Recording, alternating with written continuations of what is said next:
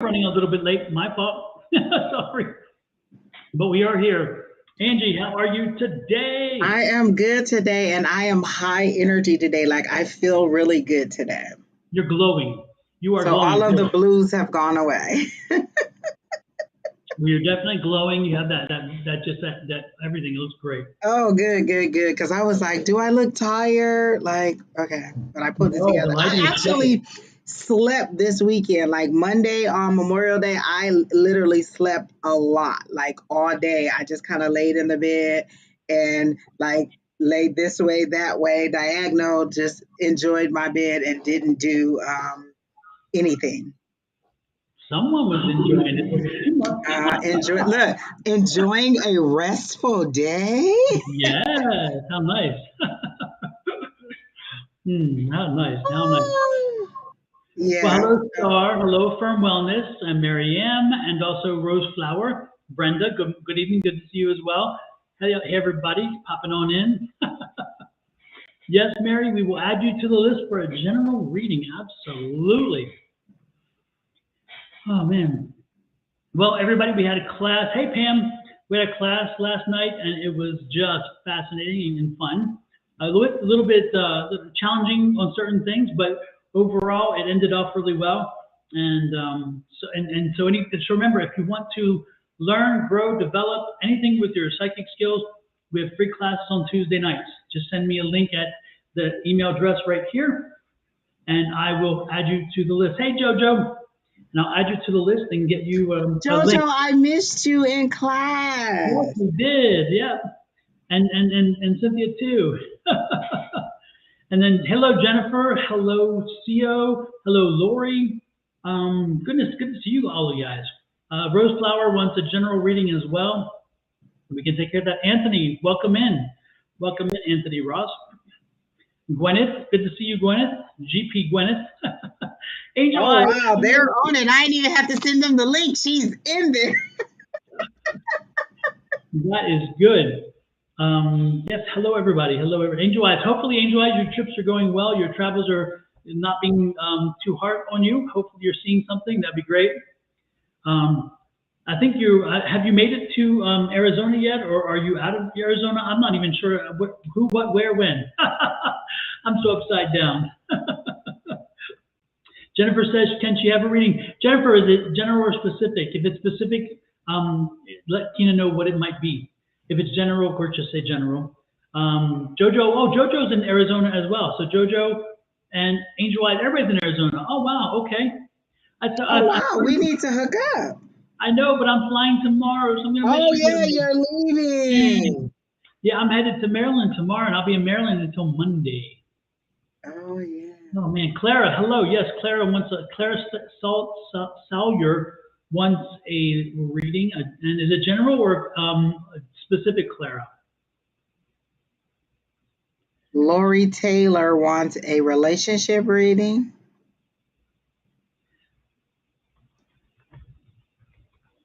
All right. How long are you guys going to be here? Don will be back Monday. Is that what you said, Don? Angel Eyes? Yeah. Oh, so Don will be back Monday.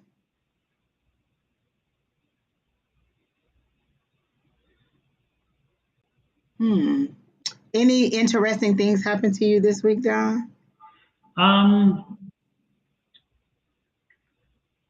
did have an interesting situation in class on Monday.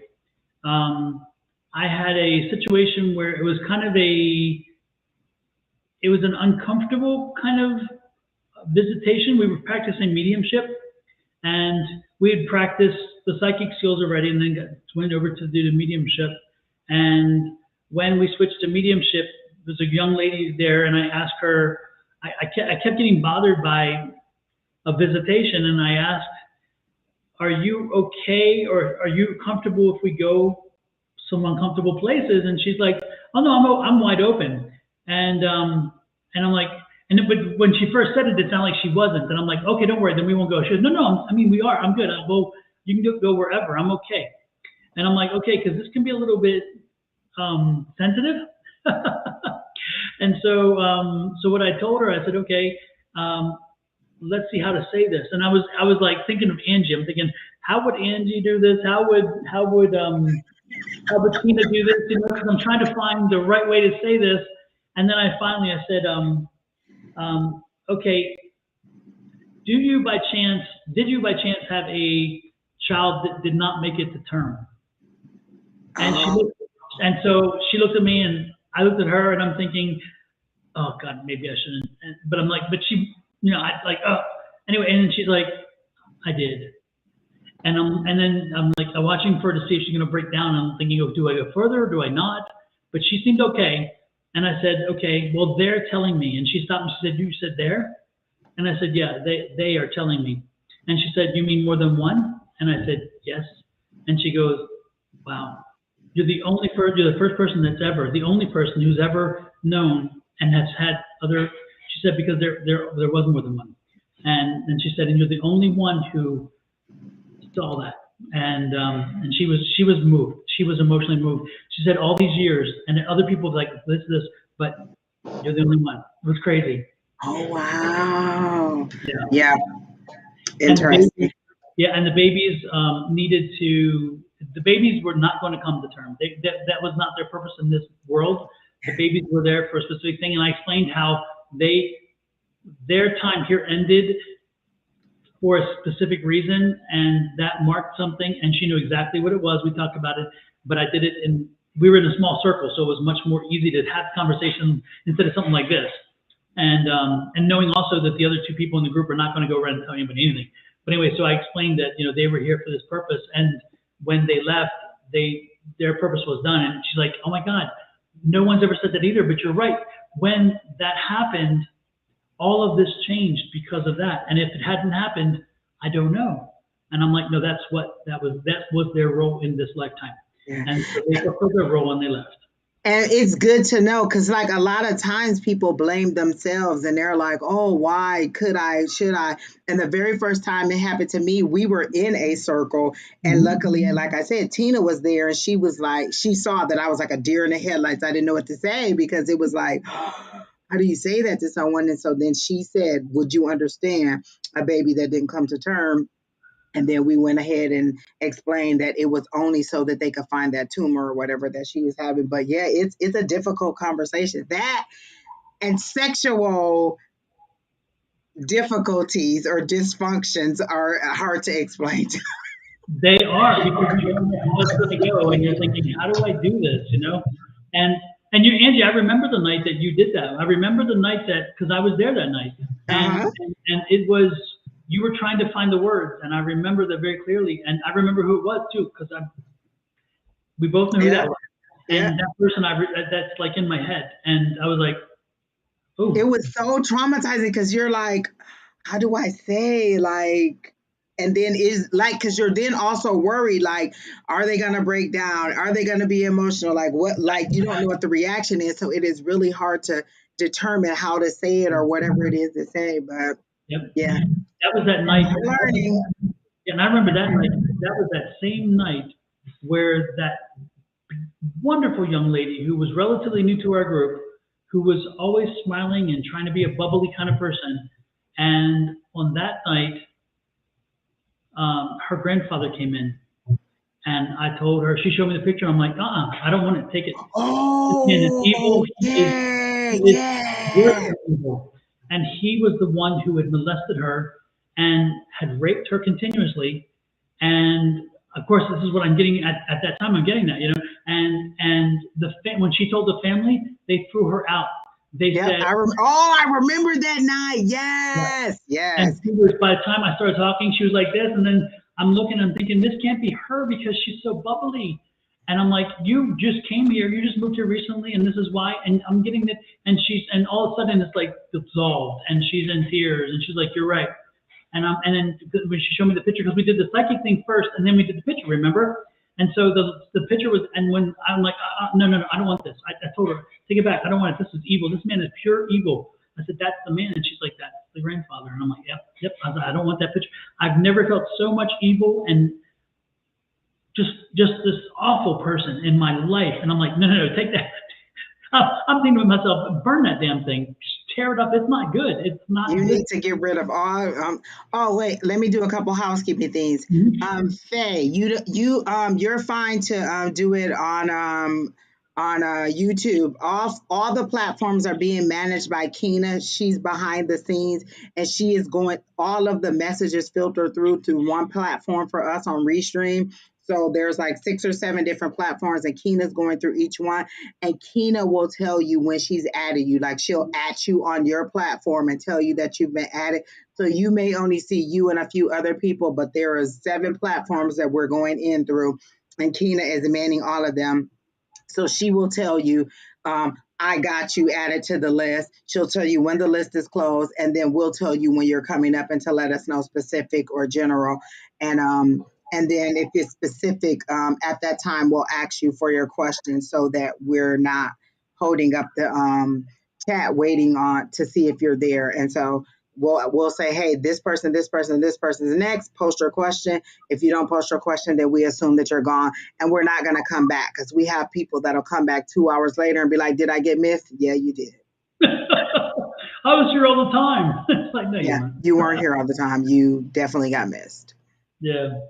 But yeah, I had an interesting session with a guy who wanted mediumship, and I think we discussed this yesterday in class, and class was amazing yesterday, guys. If you all should go to class. Like, you see our email address down here. Email Don at A5Says Sonoran Mystic Tarot for the class. It's Tuesday night, 6 o'clock Pacific Standard Time, and 9 o'clock Eastern Standard Time. And we just have a ball in there, and we just really expand our abilities and get to, just help each other out.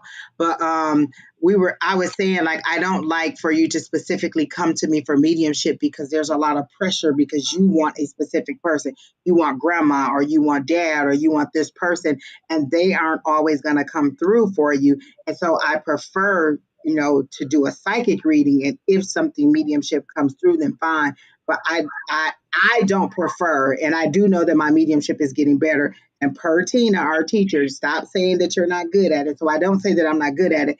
I just prefer to start with psychic, and if someone comes through, because I don't want to force to be like, oh, well, he wants grandma. Where's grandma?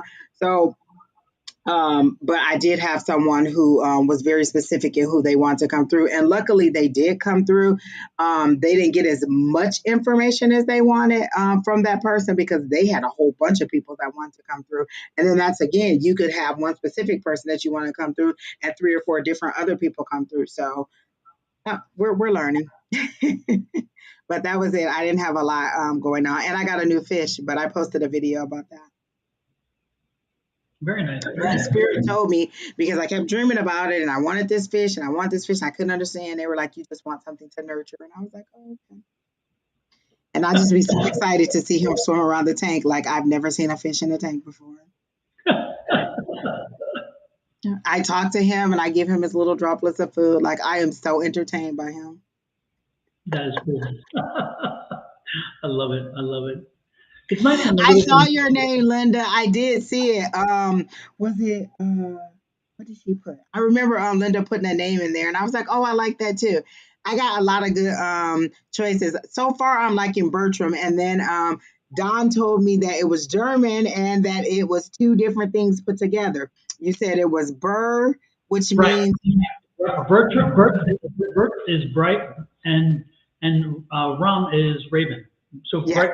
Bright raven. Mm-hmm. Yeah. So I'm kind of getting to that, and my friend Tony gave me that name, and so I'm kind of getting used to calling him that, and I like it. Plus, it was from the show, the TV show Jessie that the kids used to watch, and my son likes it, so I may keep that name. I haven't decided yet, but I'm still trying to. Is Lori our first person? She is indeed. Oh no, it's Mary M. Did I do it wrong?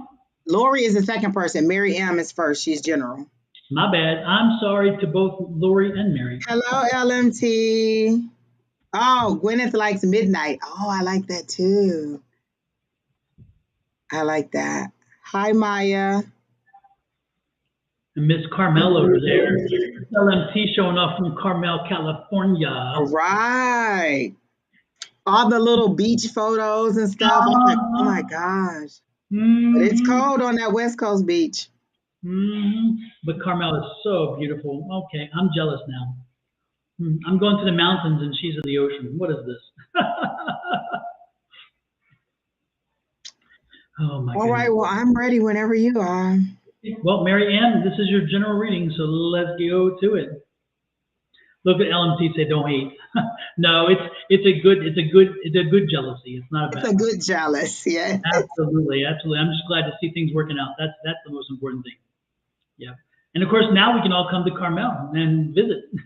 Now we have a reason to come, for sure. Like Carmel wasn't enough in its own. So. Okay, so Mary M, let's see. Immediately when I said, what information do you have for Mary M, I saw someone in a car driving. I assume you're the driver of the car, and we're going down the road, and there's music just playing, like nice little, and I don't want to say pop, maybe country or something like that. Like it's really nice music. And you're just kind of grooving, and you're just kind of driving along. It seems to be nighttime, but not like this is your night hour. Like sometimes when they show me nighttime, it means that you're going through like a nighttime, what do they call it? Night of the soul. What is it?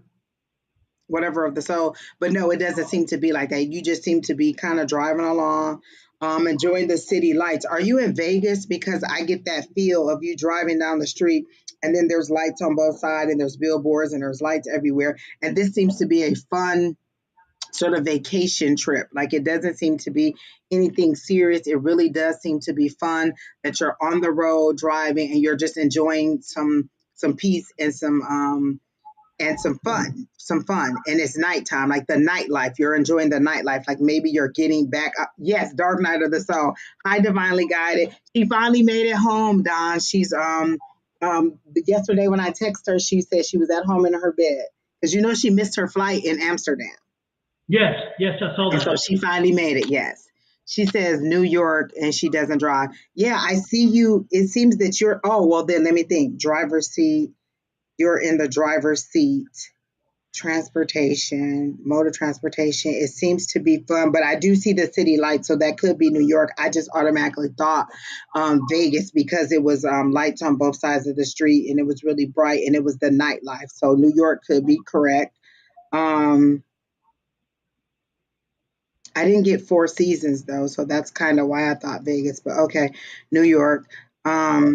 It does seem to be leisurely. It does seem to be fun. It seems to be vacation. I hear vacay. So if you're not on one or you haven't planned one, they're saying you need one. And they're showing me the Four of Wands right now, which is that rest card.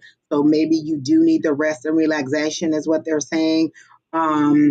Busy work. I hear that you've been very busy at work, like the hustle and bustle of work. So they're saying you need this night out on the town. And I guess you get to decide. You're in the driver's seat is how they're making it seem, with this fun, not with the,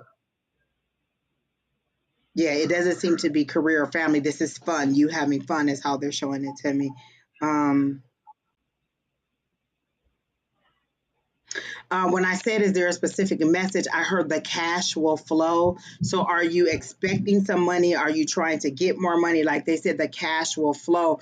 But when I heard that, I heard the cha-ching, ching, ching of the little, the slot machines. So this seems to be a windfall coming to you where you don't, not based on your work efforts, but just on like luck or something like that. Fortune. This is good. Well, the word they said is good fortune. So I feel like there's going to be money coming to you. Good fortune. Cha-ching, ching, ching. I keep hearing that over and over again. Trying to get more money. So this seems to be good fortune money, not anything that you did. Like they're showing me like a lottery ticket or casino money. This seems to be just sheer luck, sheer good fortune, nothing to do with work or anything of your merits like that. This is just pure good luck, fortune, good fortune coming to you. And that's what I'm getting down. I was kind of derailed. So, Miriam, if you don't mind, I'm going to take a detour real quick because I'm being drawn to Australia. And I'm being drawn to a woman who works with kindergarten children. And I think it's because of all that happened in Texas. So if somebody here, if a name of, it's like Anna Be Good, Anna Be Good. It's kind of Anna Be Good. If anybody resonates with that name, I know it sounds strange and why Australia, I'm getting that energy from Australia and it has nothing to do, but it's like for some reason I'm getting it. If anybody knows an Anna Be Good, something like that, and they're in Australia, and again, I'm thinking she's with like kids. Anyway, let me know because it's coming through and I'm getting like a message. So if anybody's here and it makes sense, you'll know who you are. If it doesn't, then ignore it and continue moving. We're good. Now for Mary, specific, let's see, Mary. Yeah, that name, I kept getting distracted by this Anna. I'm like, what's this Anna? And it's like, I kept hearing Johnny Be Good Tonight, that song, you know, with Chuck Berry, you know? And I'm like, be good, be good, be good, be good, be good. I don't know, it was weird. Anyway, so it's like, damn. I'm also getting a heart palpitation. Like, are you having any kind of chest issues or respiratory or heart issues? Like, I'm getting a heart thing, and it's not my own. This is something to do with you, Mary. So there's something with my chest area. Like, I'm getting a different heartbeat, a different rhythm, not like an excitement or anticipation, just kind of like, is there something going on with your breathing or your respiratory or your heart area, your chest area?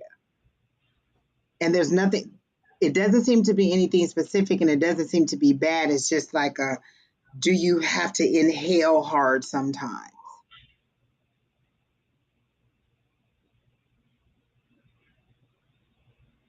Someone said they saw Anna Be Good online, but they don't know if she's in Australia. Yes, your chest area. Okay. I'm feeling something in there.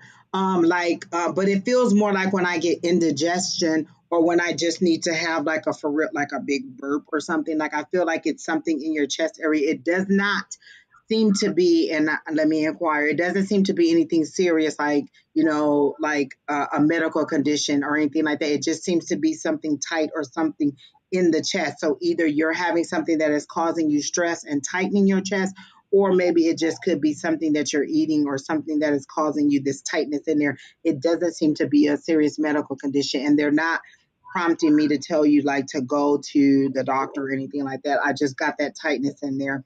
And so I'm wondering if you're having like a little bit of anxiety or a little bit of stress. And that's why they're saying you need this rest, you need this vacation. But that's it. You can go ahead, Don.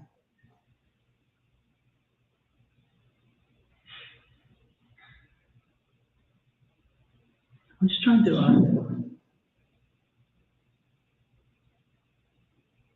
yeah, I'm too distracted. I can't. I'm sorry, Ann, Mary, I'm no use to you tonight. Sorry, I'm just so distracted.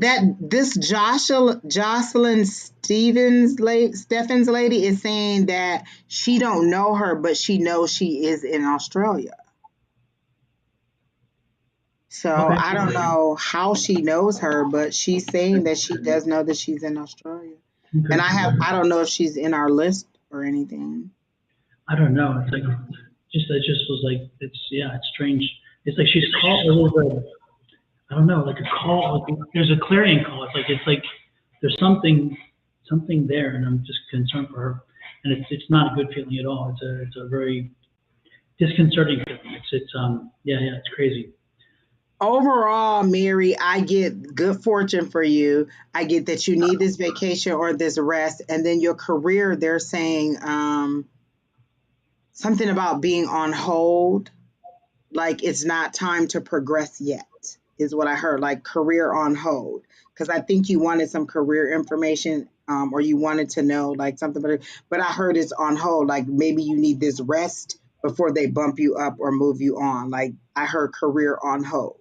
So I guess that's it for now. Like seriously, that's it. Well, Mary, hopefully it helped you, and if I get something that pops in, I'll pop back in. But unfortunately, again, I'm just so distracted. I got to clear this energy out. I I gotta do this wand. It's like, go away, go away, go away, go away. I don't know why. To read. My head. Yes, we are taking questions. Keena will let you know if she gets you on the list. So wait for Keena to reply and let you know that you are on the list. And next up is this time truly Lori Taylor. You're welcome, Mary. Lori Taylor. How do you say that? Mant? Can you type in how to pronounce that second part? M-A-N-T-H-E. Mant? I'm just curious. Hello, beautiful Sagittarius. We haven't seen you in a long time. Well, you know what? I missed last week, and I feel like I've been gone for months. Like it's like 1 week, and I feel like it was a time warp, and I just missed a whole set of time. Like you guys had a great life while I was gone. Hello, Melanie. Welcome. Manthe. Okay, good. So Lori Taylor Manthe. I like that. I like it. I don't know if you're currently in a relationship, but they showed me like someone next to you and they showed him pulling away, but he was like the Joker. Like a dark spirit, like a dark personality. Like he's I don't know how you would describe the Joker, but he doesn't seem to be like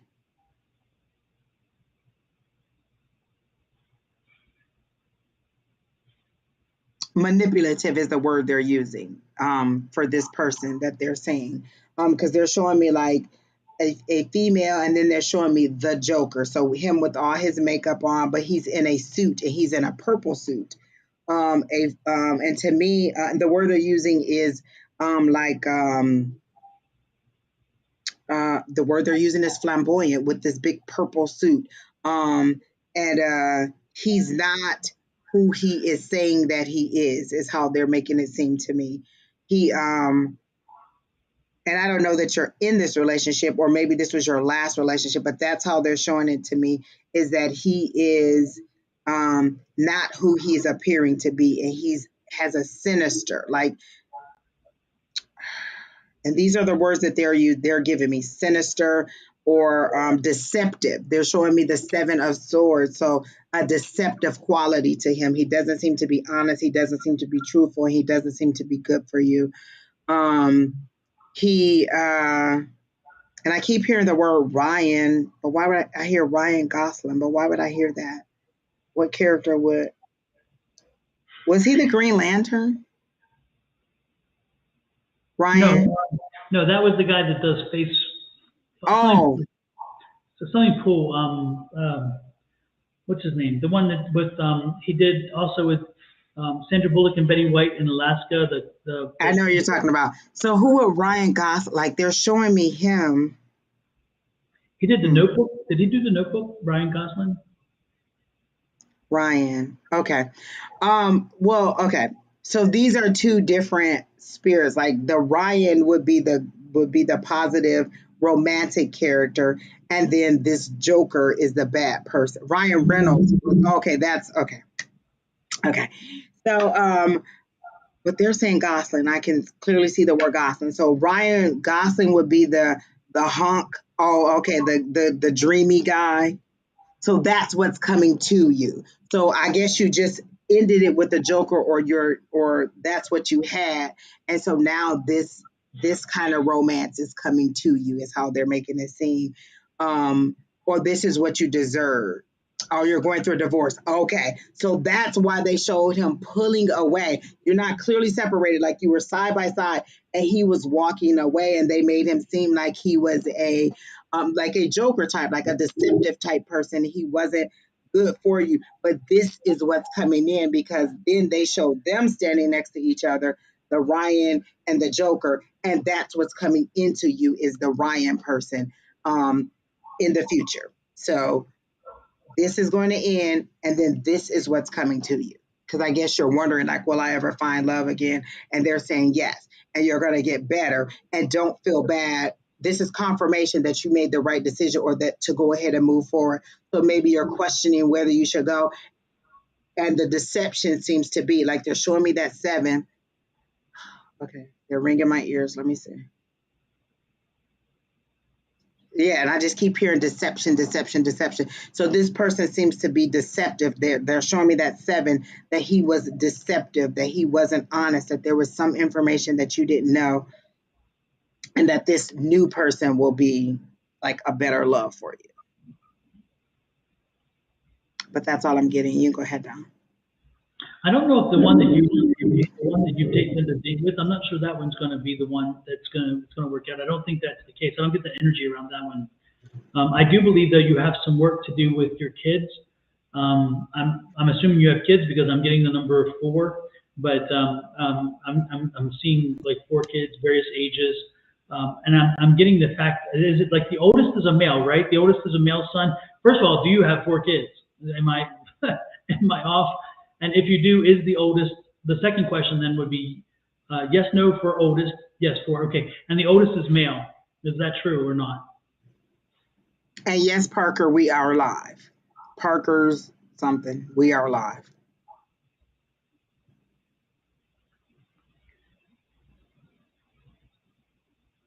Again, Lori, the second question is the first one.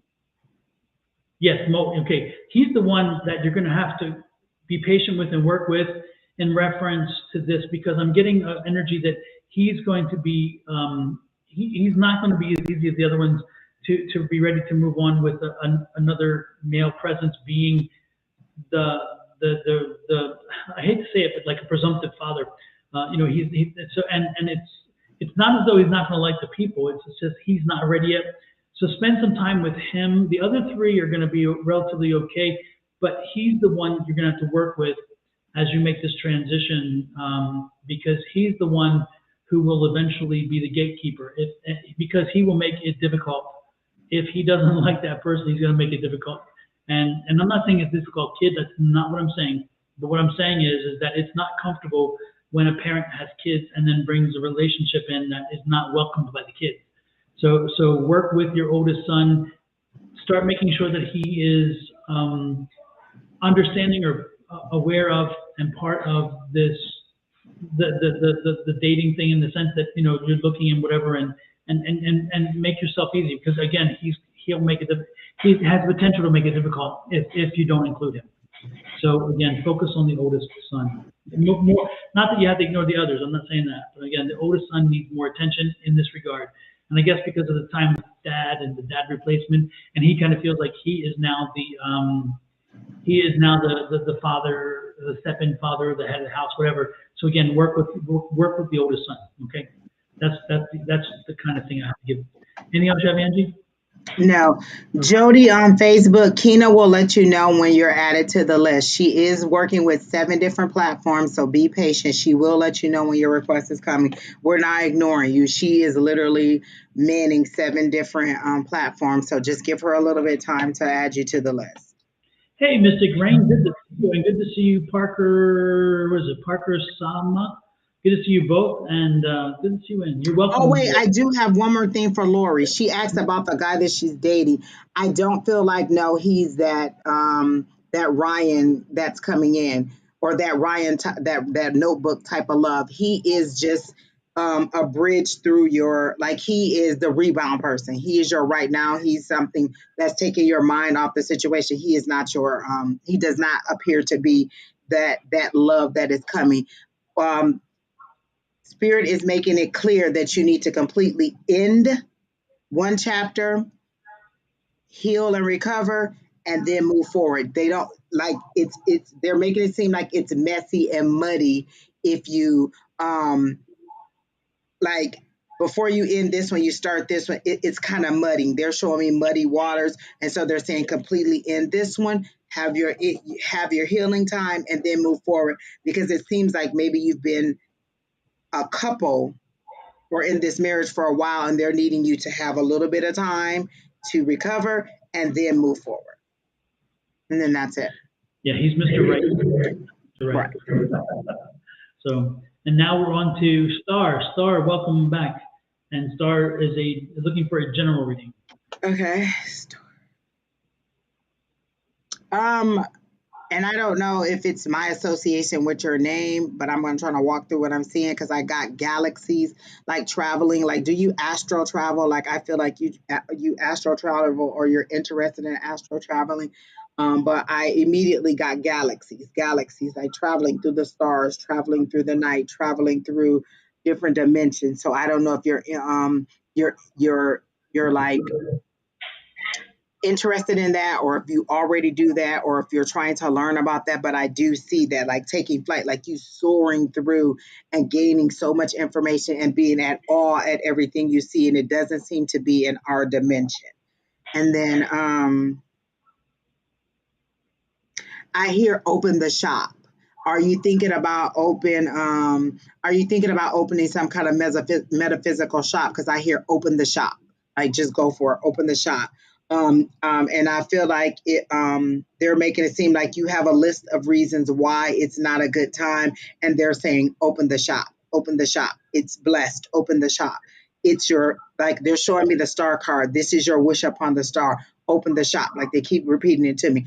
Open the shop, open the shop. As long as you're true to what you're opening the shop for, like you're true to what your ability is, you're true to what your purpose is, open the shop. If it's like they're showing me, like if it's money, like they're showing me the money sign, if that's what your sole purpose is, then no, you're not ready. But if your purpose is, but if the reason you're opening it is to fulfill your purpose, then they're saying open the shop, it's blessed, and the money will flow. Like, don't worry about it. And I feel like you may have either found a location, or you will soon to find a location, a little personalized location. But I just keep here, open the shop, open the shop. And so they're saying and then I'm hearing something about like small business loans or some kind of loan that will help you. And they're saying that right now is a good time to do that, because you will be ahead of a lot of people who are going to be coming into the game. Because the understanding that we're getting is that there's going to be a rush of a lot of people, or a flood of a lot of people coming into the metaphysical, practice, and the metaphysical, spiritual ramp, trying to get in on it, and you're ahead of it, and you have a true purpose, and they're just saying, open the shop, go for it. And you are ahead if you go ahead and do it. I want to do mediumship and haven't started yet. So they're saying, open the shop. So that open the shop doesn't necessarily mean you have to, because I have learned that when spirit shows me, they show me final. They don't show me the processes all the way through. They show me open the shop. So that's the final stage of it. And that could be years away. But what they're saying is, go ahead and get started. Whatever it is you need to go ahead and get started. That could be like a YouTube channel. That could be going live. That could be setting up a website. But open the shop. So open the shop doesn't necessarily mean a physical shop. Open the shop. Get started. And the thing that they're saying is, you're not going to, how are you going to get better at it without, like they're showing me Venus and Serena. How do you think they got as good as they did? Practice. How are you going to get better is what they're saying. And then that's all I get. I'm going to do the cards, but it's because I was watching, and Pro Commenter Man, he posted, a world is getting to be such a dangerous place. A man is lucky to get out of it alive. W.C. Fields. And he may be a great comedian, but W.C. Fields seems to have that one wrong, because unfortunately, when we exit this world, we're not alive. It's like, so it's interesting when I see that, I'm like, I don't understand it, because to me it seems flawed, but I don't understand what the intention was there. Maybe if they're still here, you can try to clarify for me what you're trying to say. Because again, usually the way out of this world, unfortunately, is not through life, but through death. So, with that said, I'm still back with Star. I'm drawn to the healing deck for you tonight, so bear with me. Usually when the healing deck is here, it's telling me it's an emotion situation, or a healing situation, or both, an emotional situation that needs healing. So we're going to go with that and see what Spirit is telling us. Divinely guided. I don't, like, we've told you everything from the top to the bottom. And everything. The one thing that it's interesting, because I'm getting you're being divinely guided, stars. So you have to, again, open yourself up. Make sure you're opening yourself up. Make sure you're finding the serenity you need to find so that you can make sure that you're hearing from your spirits. So divine timing is everything. Again, you have to make sure, you have to understand it's not about your time, it's their time. So again, make sure that make sure you're listening to that. Make sure you understand that, you know, you can get frustrated with timelines, but they're not yours. And so some things you let go of what you can't control and just deal with the stuff you can. That's pretty much the way I'm saying it here. And then, of course, find balance. Continue to find balance in your life. In other words, usually when that comes out and you're getting divine timing and divine guidance, again, you have divine timing, divine guidance, and balance. It's telling you that, again, you don't have a balance. You're looking for balance. And you have to listen. They're trying to bring you into balance. They're trying to do, but again, it's part of the imbalance is that you're hoping that things work on your schedule, and it's not going to happen that way. It's going to happen in their time. Divine timing is at play. So if you want to find serenity, don't fight it. That's the point. Do not fight the divine timing. Just say, hey, I know where I want to go. Control what you can control and let the rest go. Let it go, let go, let God. Let it take care of itself because you can't control it. And as the harder you hold on, the more that you try to force it, the more that you'll be frustrated and the more that you're set off your path. So give yourself some time, relax, let life do some of its thing, and let divine timing work. Listen to your guides and listen to what they're saying because they are guiding you, and you're going to find serenity if you find balance. If you do not let balance happen, your life is going to be chaotic until you do. That's kind of what the cards are saying. You have a lot of support around you. Look at this. You have a lot of support around you. So again, make sure that you connect with the people who can give you the support, the services, the agencies that have been working with you, because I'm getting to feel like you're working with agencies and things. Work with those agencies. Let them do their job. You can't do their job. Again, divine timing. Let go, let God. Okay? And believe. I love this. Just believe. If you believe, it's one of those things that I think that Jesse Jackson said, if you believe it, you can achieve it. Somebody said it, and I've always liked it. So there you go, Star. Yours was a healing message. Yours is a message that says, it's in you. You are in control. Now do something with it. That's it. And understand that do what you can with what you can control and let the rest go. And you're going to find a happier life. Okay, hope that resonates with you, Star. Next in line is, let me get it here. Not Jennifer. Jennifer, you're number 4, Star. Yeah, Jennifer is. Okay, Jennifer Hartman. Hartman Cooper. And Jennifer Hartman Cooper is asking for a general reading. Jennifer, are you here? Jennifer.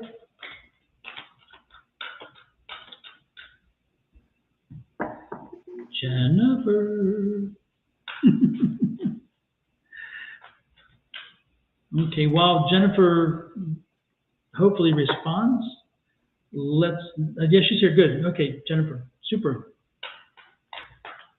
What do you get? Kina said that CIO 7733 is next, but they're not on our list, Kina. Jennifer is next.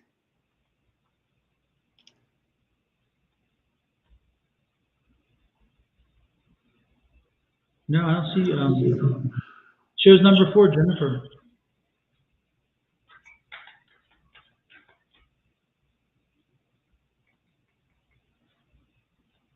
Yeah, Kina told CIO 7733 that they were next, and then on the list that Kina posted, they are next, but they're not in our list.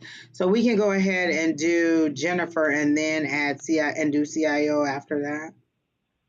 Okay. Okay. She wants Jennifer, General. And that's funny. I saw her name and I kept thinking Jennifer Aniston from Friends, but in a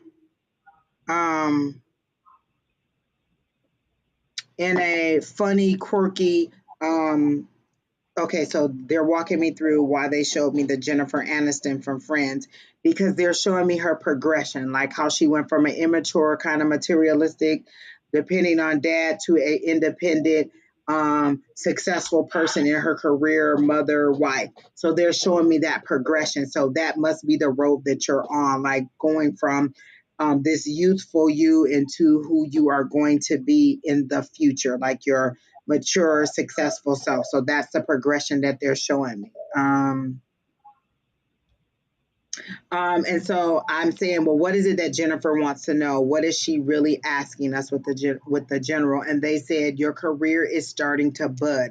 Like that is the next thing that you're going to see progress in, or that you're going to see movement in. They're saying your career is going to start budding, and they're showing me like a little bitty flower that's still little tiny, and it still has to grow, and it still has to open up. But they're saying that it's not going to be like you're wondering, okay, well, how long is that going to take? Because I can hear you saying, well, oh, how long is that going to take? And it's not going to take. But again, it's that divine timing. We want everything now, now, now, now. And what they're saying is give it time to grow, give it time to open up in its own time. It will naturally. But the thing that I'm hearing is you have to water it. You have to water your intentions. So let me see how they're telling you to water your intentions. Think positive thoughts. You seem to be a person who is fighting with like you have a devil and you have an angel, and you seem to be fighting with your thoughts. You seem to be fighting with staying positive. And we're not saying that you have to be positive all the time, but they're saying in general, you need to think of your life as successful. You need to think of the things that you want in that progressive move forward space. And then, get the and then things will start to move forward. So I see that your career is going to be budding. I see that everything is going to start opening up for you, and they're just saying you need to stay on that positive thing. And I keep hearing affirmation, affirmation, affirmation, and then that's all I'm getting down. Okay. Jennifer, I think we've read for you. You have like 2 kids and 4 grandkids or something like that. Are you the one's like 45 or something with 2 kids? I don't remember. I can't remember. I remember the picture. I can see the little picture, and so the picture does seem familiar. Yeah. Oh, was it something about? No. I was gonna say the 3, like the 4. You kept getting 2 and 2. Yeah, it was 2 and 2, and then it was like, and then she was saying 3 and 1, or I don't know. I remember. The son had 3 and the daughter had 1, or something like that. Something like that. I wonder if this is the same one. Same person. I mean, if you're remembering, then it has to be because I don't remember usually. Yeah, there's something. And at that time, when we did that reading, Jennifer, does that ring bell to Jennifer? Did we do that?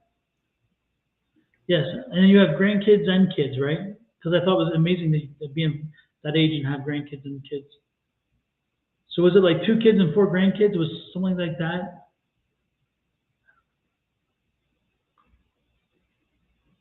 Because for some reason I'm being drawn back to the grandkids, like we've been there before. It's like I'm feeling like I've been there before. I've done this reading for 4 grandkids. Yeah, okay, good. Yeah. Because I'm being drawn back to the grandkids again with you. I'm being drawn. Are you concerned about the grandkids? Because is there something that's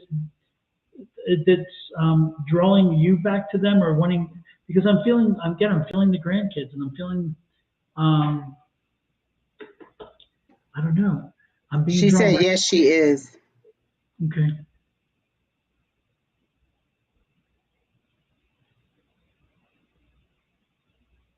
Yeah, I'm being drawn.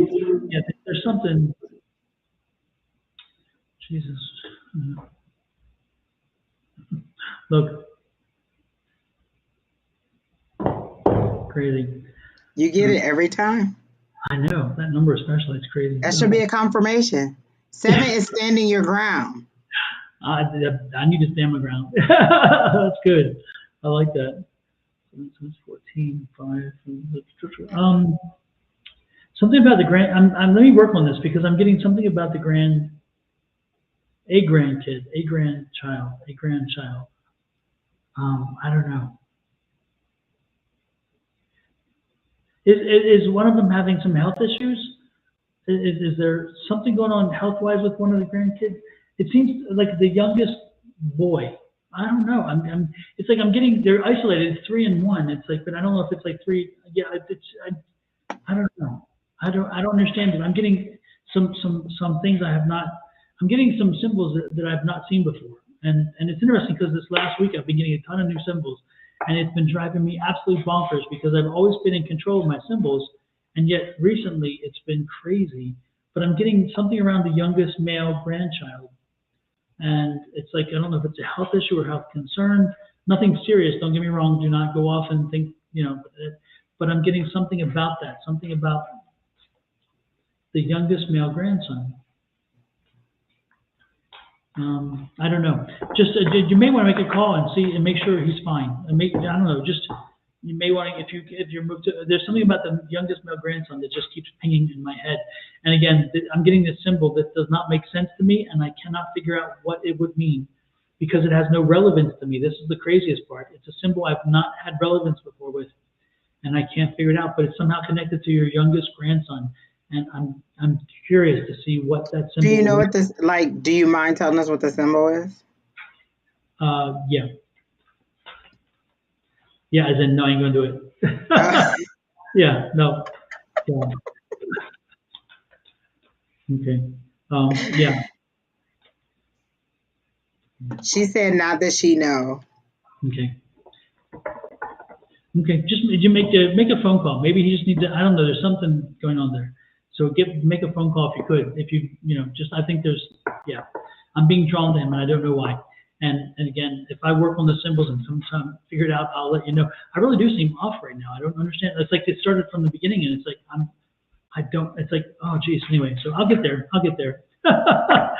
So sorry, I can't give you much more than that, but again, make the phone call. So when I asked, is there anything about the grandkids, they showed me the middle child. Is it the middle child? Or one of the children, because I'm watching the medium, and they showed me the middle child from the medium. The show The Medium, and she's a little sassy little girl with she's just sharp off the cuff. She asks questions like, well, why is that? Well, blah blah blah, and this and that. And then she is coming into her abilities, I think. Like she's very at the very cusp of coming into her abilities. So that's what they showed me when I asked what it is. So do you have any Don, Jody on your Facebook page wants to know how to get in contact with you. And I gave Kina your so maybe post your Sonoran A5Says Sonoran Mr. Tarot. Oh, Kina says she just told him, so I don't know. Okay. But do you think that any of your grandkids have abilities? Because that's when I asked what was the issue with the grandkids, that's what they showed me was the middle kid from the show The Medium, and her being like a little like she has a little not necessarily sassy, but her wonderment has no, like she just says it, like, well, why is that? Like she saw this personalized license plate and they had the word doctor and they had a K where the word doctor was. They had a K instead of a C. And she said, well, why? How can he be a doctor if he doesn't even know how to spell doctor? That doesn't make sense. He doesn't seem smart enough to be a doctor. And so she's just kind of off the cuff saying whatever it is that, that comes to mind for her. Like whatever question she has, she's not timid about asking it. And she just makes whatever comment, but she doesn't mean any harm with it. And then she's coming into her ability. So I'm wondering if any of your grandkids may have abilities. But I didn't get that there was any medical thing. That's what they showed me when I asked, is there anything? Yeah.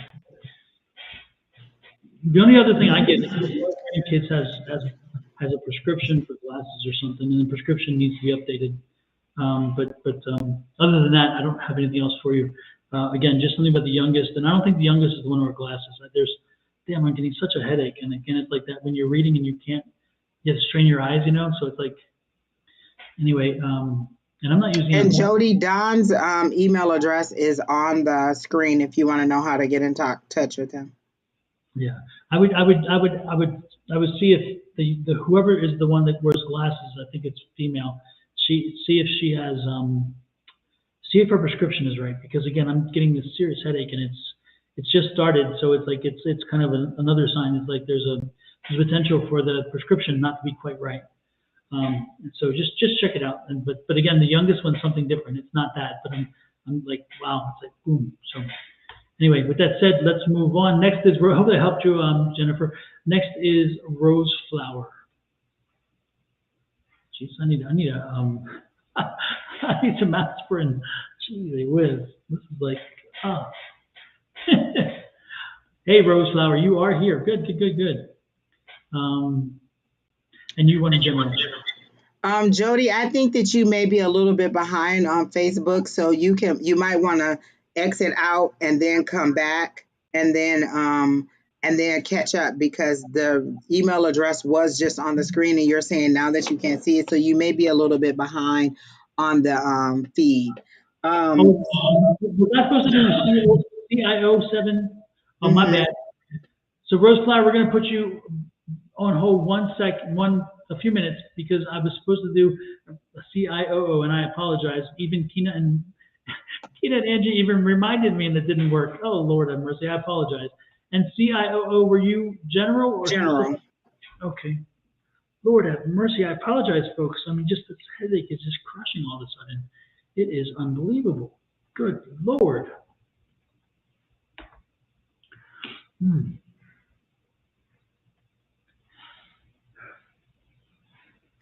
I get that you're very anxious, CIO. I get an anxiousness, like you had like you really had a specific question, but you didn't ask because you wanted to see if we would pick up on it. Like I get a really anxious feeling to me, but not in a bad way, not in a negative way, in a I just want to know kind of way. And they're saying you want to know, like you want to know secrets, like if there's any secret information that we have for you, is how they're making it seem like this person wants to know secrets. And I get let me see if I get a female or male energy. I hear male, so that could just be like a dominating personality if you're not a male, but that's what I got, was that there was like when I said, what is the energy? I heard male, and then I get like that, a strong energy from you. And then I get like an anxiousness, like you just want to know, and not in a demanding kind of way, in a fun, I want to see what this is all about kind of way. And then I hear the word grandmother. And so let me see if your grandmother is deceased, or if they're saying you're worried about your grandmother. So is your grandmother still alive and you're worried? No, I think she's deceased, because I heard grandmother immediately. I'm sensing. It was in my head, and I've been thinking grandmother. Okay. Oh, so we're there. Grandmother is correct. Can you confirm, CO, if she is deceased? Because I'm getting grandmother is deceased. So can you tell us if your grandmother is deceased? Because we're both getting grandmother. Don is thinking of her, and then I heard grandmother immediately. So since I'm having conflict with her, if she's dead or alive. So was it recently that she passed, or are you just having deep memories? Because now they're showing me the 6 of Cups, so maybe you're just remembering your grandmother. Grandmother is alive. Okay. Are you worried about her in some kind of way? Like, I feel like it's all like they're making it seem like okay, both of them are alive. So okay, grandmother is alive. You're reminiscing about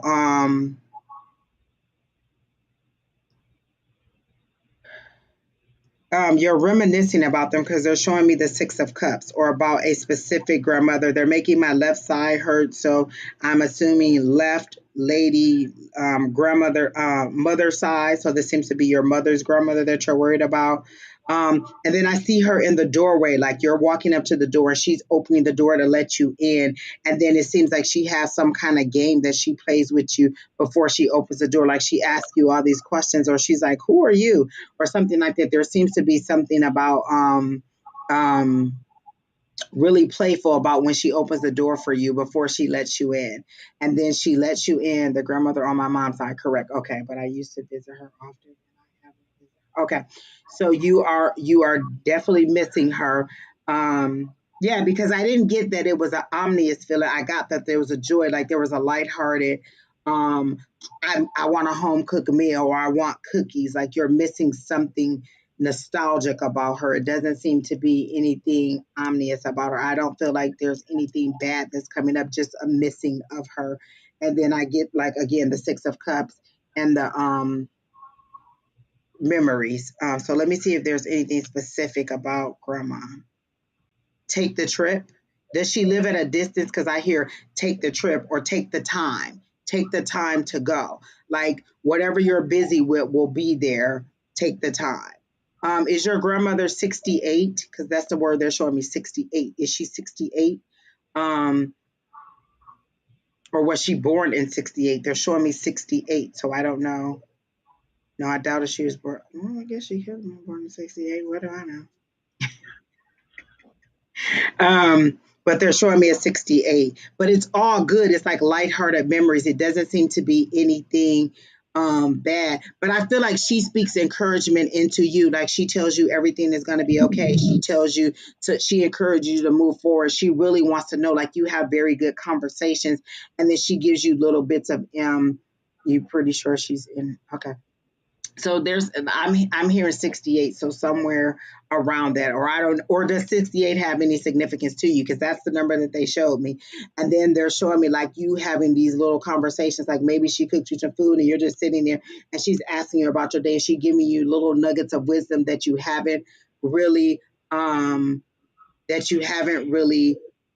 understood yet, but in time you will understand what those little nuggets of wisdom are, and you'll remember what she's saying. So that's all I'm getting about the grandmother, but all good stuff.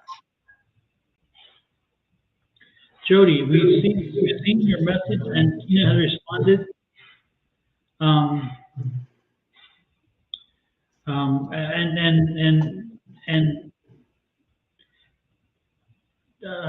Sorry, I'm just Jody, some advice at SonoranMysticTarot.com. Advice at SonoranMysticTarot.com. That is my email address, and I'm typing it right now. Damn, I'm typing in the wrong place now. God darn it, it's crazy. Anyway,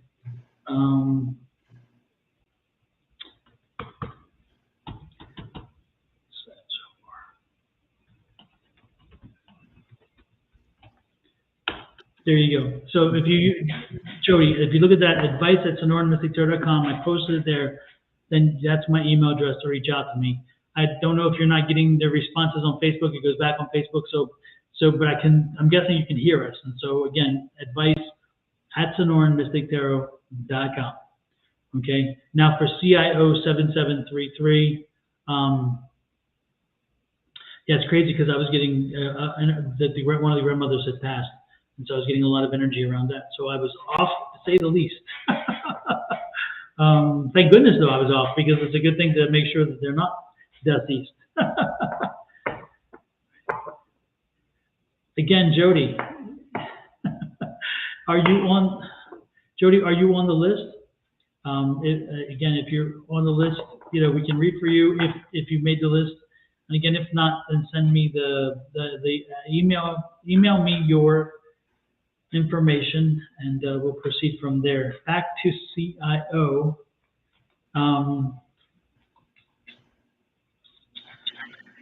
CIO, I'm useless to you tonight too. I am so not here. I don't know. I need to do some serious shaking things up. So I apologize, Angie. I have nothing. I'm going to try the cards, because when I can't get something, sometimes the cards will. So let's go with that. Oh, Lord. I appreciate that, Jody. I understand. I remember when he came in. It was a very strong reading. And again, if you're on the list now, you'll get a reading. If you're not, just don't hesitate to send me an email, and we can work something out. And now let's have CIO have her time, okay? So because it's very distracting, not to insult anybody, but when I'm trying to read, it's kind of insulting. It's kind of distracting to not give CIO her opportunity. And when your turn comes, I'll give you your opportunity as well. So we love you too. Bless her little heart. And Jody, oh my gosh, Don, you just gave me your brain fart. I can't even think of Divinely Guy. No. Shauna will be on tomorrow morning at is it 10 a.m. Eastern Standard Time, 7 a.m. Arizona time. So she is also great with doing readings. Don won't be there, but Shauna will be there tomorrow for you. So she can also read for you if you get on there early. And Shauna is also on Facebook, and you can check either on my page or Don's page to get any additional information. A to the Menzies.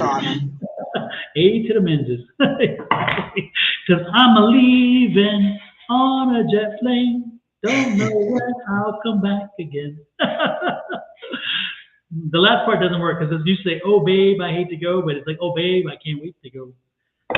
It's a good thing. Helping my mom move and get herself situated into a new place.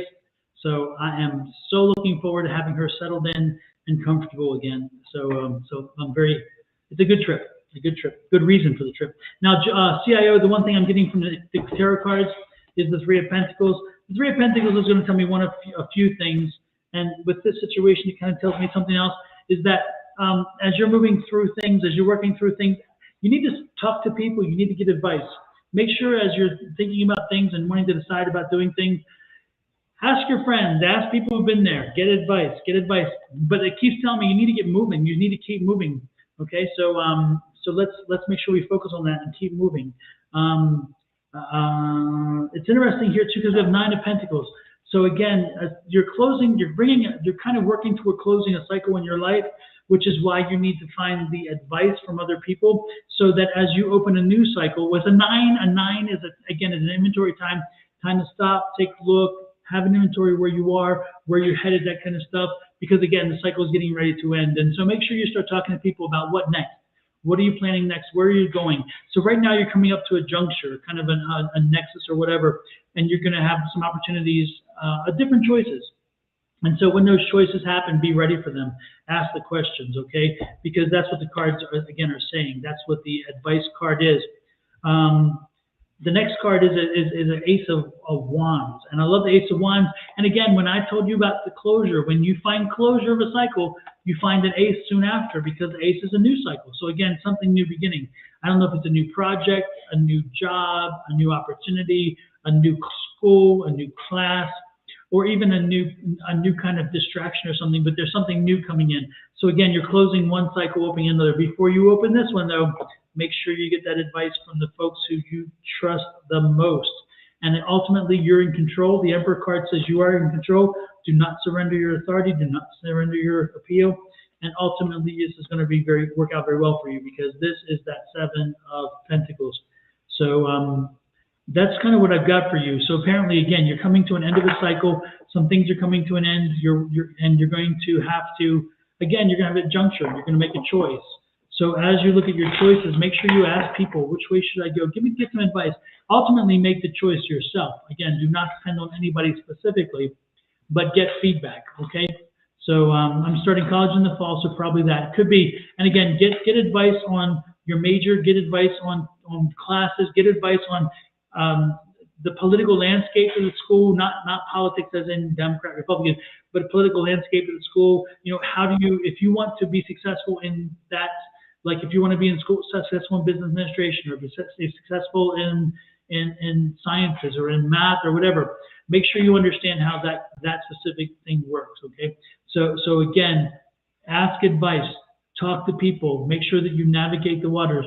Navigating college is just like navigating a job. And believe me, if you get the more you get out of your college by getting connected and making sure you connect to the right people and talking to them and having them help your career, the better you're set when you graduate. So keep that in mind. So with that also in mind, we get back to Rose. One more thing about this CIO. I got nest egg. Your grandmother's leaving you a nest egg, but it doesn't seem to be as a passing. I heard give you your flowers while you're here, and so I see there seems to be a nest egg or some kind of money or something for you from one of your grandmothers. So they're saying take the time, make the visit, and then nest egg. Like I feel like there's a nest egg or something that is coming to you, CIO. And then that's it. Super. Rose Flower, thank you for your patience. I appreciate it very, very much. I'll get my act together, I promise. It's just kind of a strange night. It's funny when I tapped into Rose Flower to see, I saw the patience, but I don't know if anyone ever watched, and I think it was Looney Tunes or one of those little cartoons, and it was that little Elmira. She was like, I just want to love you and hug you and squeeze you and hold you, and she was just so very loving and affectionate. And I see you kind of looking up with that kind of tearful look in your face, like, how could you not love me? That's kind of get like you're getting a disappointment or a sadness from someone. And I don't think, and I thought, oh, wait, is she, like she's been waiting patiently on us and her sadness is for us. And it seems to be like a relationship sadness or a lover sadness or some kind of relationship sadness. And you're looking up at this person and you are in disbelief that this person doesn't love you or that they couldn't, or that they're not accepting your affection in the way that you, yes, Alicia. Yeah. Okay. I always use that. I love that. I want to love you and hug you. And that's the way they're getting. Like, how could you not accept my affection? How could you not accept my love? Is how she's looking up and pleading and then with like big brown eyes and just teary eyed, like, oh my gosh, how could you not love me? And I get, I hear move on.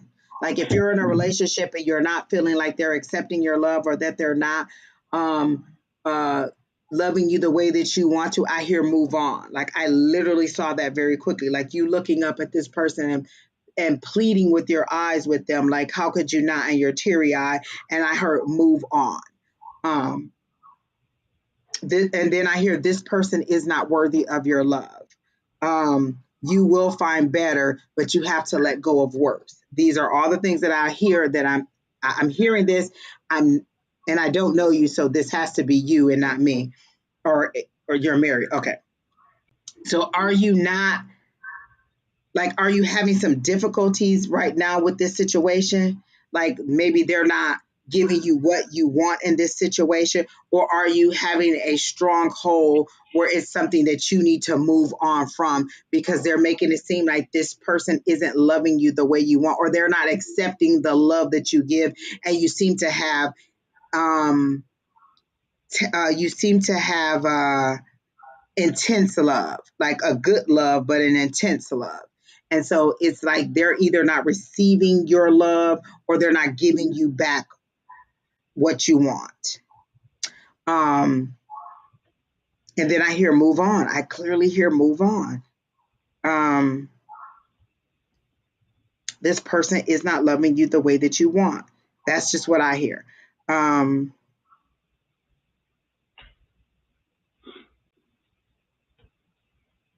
then I hear, and I don't know if you're thinking about having a child, but I hear a son won't fix it or your son won't fix it.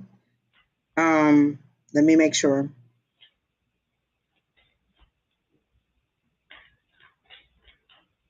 And then I don't know if you have dark hair and you kind of have it swooped across your face like this, like they make it seem like the hair is kind of swooped across like this and you're just kind of sitting like this wondering.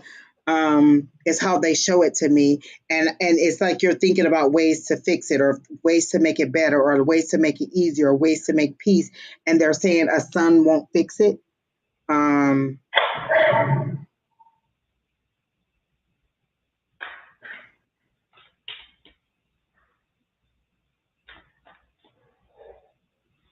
That's all I'm getting. They're just repeating the same thing over and over again. A son won't fix it. And they're showing me that Elmira, that just heartbroken that you're not loving me the way, or you're not receiving my love as intense as it is, and as much as I'm giving, you're not receiving it the way that I'm intending it. Like I don't mean harm. Like Elmira loves you to death. Like she would squeeze you and hug you until you're trying to escape her, but her intention was just pure love. Super, super. We go Rose Flower. Lucia Rochelle's Tarot Channel. Nice to have met you. Good to stop in. Thanks for popping in.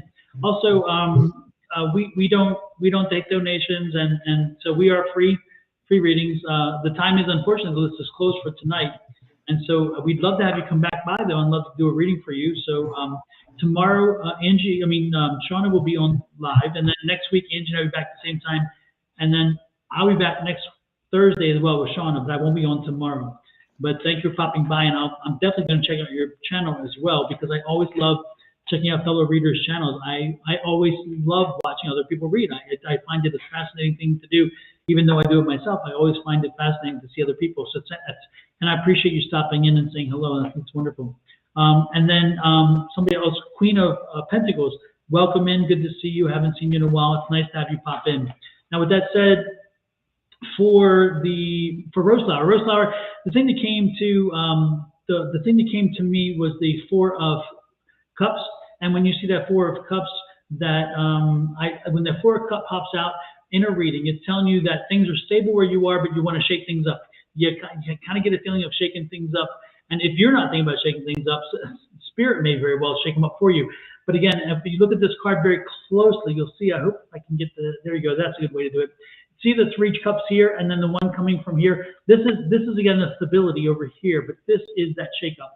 So again, something's coming in to shake up your world and get things moving a little bit, which is kind of a nice thing, actually. I don't see this as a negative. I don't feel a negative energy there. I just feel like you just need to shake things up a little bit, because you kind of feel like you're kind of stuck or just complacent, or you just kind of want more. And that's always a good thing. I mean, it never hurts to want more, but you're going to be getting something more, which is kind of nice. Now, this is the next card here, of course, is that Nine of Wands.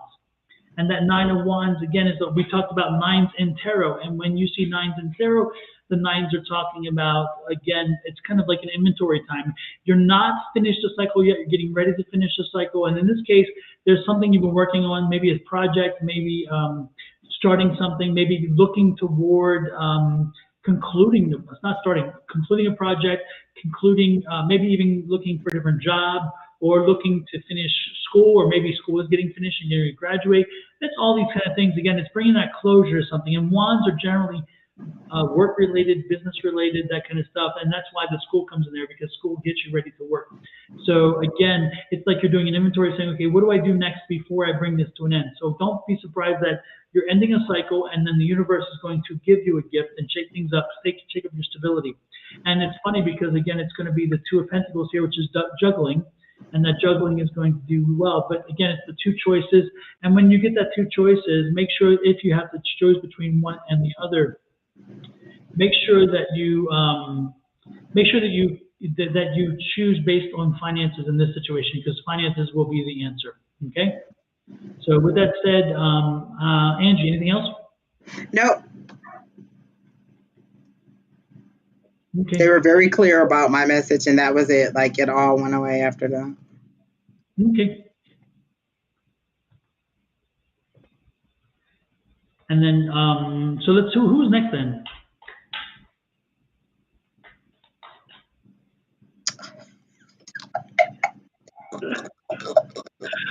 Okay. So we did Jennifer, we did Rose. Rachel? Is Rachel? Okay, and Rachel McCant wants a love reading. Rachel, are you here?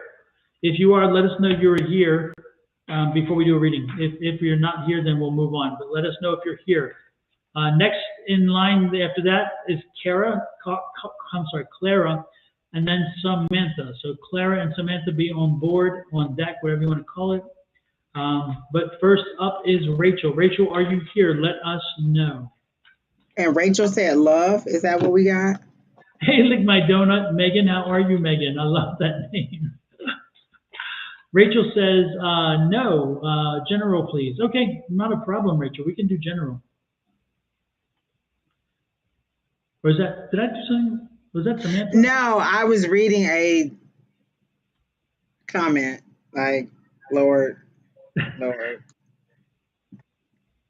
Yeah. And Rachel, what's weird to me is that this person consistently comes on here to put this message. So obviously they enjoy our content. They just want to be a little bit mean spirited about it. But okay, are you talking about Destroyer? Tarot Destroyer, yeah. They keep finding very. Rachel. And I feel like we've blocked them before, and they just keep coming back, or maybe we just let them be in there. But I think they keep trying to different platforms and say, okay, we and missed the thing is, they are always spewing all this Christian stuff, but it's like they go to the Bible and find the most hateful verses that they can find. And this is the way that you spread the gospel, by going to find the most hateful, harmful verses, Bible verses that you can find, and then posting them. And that's supposed to make me repent or make me want to be a part of the cult or whatever thing that you have going on. Like, why would I want to be a part of something where you go and find the most hateful things that you can find in your practice or in your religion and spew those? And then I'm supposed to be like, yeah, I want to jump on board on that. I want to wish people to burn in damnation and to go to hell. But that's what you put on there. So I'm really astonished by how they think this is supposed to bring more people to you. Because if I go to the Bible, the thing that I'm going to do is pick out all the verses that are, empowering, that are going to want to make you come to me. So for you coming to me and giving me all this hate, why would I want to be a part of your religion that allows you to spew those things to me and talk about people like that? Like, you missed a part about judgment, but then you want to give me all the verses that are, demeaning and hateful, and tell me how I'm going to hell. Well, I'll see you there, because we are both, based on what you're doing, we're both doing the same thing. So I'll see you there.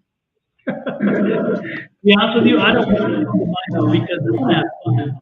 And so if I'm going to heaven, if that's what it's supposed to be, that uptight and that judgmental, then I apparently don't want to go there. I want to go Why? where. Why would I want to follow you? You just put the most, like, the comment that he put on there was the most vile, talking about kicking people, women in the womb and destroying their infants. Why would I want to follow something that's the verse that you found in the Bible, and that's what you decided to post, and I'm supposed to be like, oh yeah, I'm gonna jump on board on that. That makes me want to go by and just beat people upside the head with the Bible. Like, what kind of sense does that make? If I wanted to get people to read the Bible, I'd be like, well, the Bible says that life and death is in the power of the tongue. Speak life into people. That's what I'm doing. I'm on here. I'm speaking life. I'm speaking healing. I'm giving people information that they may not have known to heal them. And then here you come. Oh, yeah, I want to destroy you. So, no, I don't want to follow you. And I'm going to stay on the side that I'm on. And if it ends up being in hell, then we'll be in the same place. Sorry, Rachel. He just really pushed my buttons today. But back to the message at hand. Miss Rachel. General. God, and I had a message for you before I read that. It was real. Let me see if I can get it back. Don, if you have something, you can go ahead. I was going to do cards. Let me do cards for Rachel.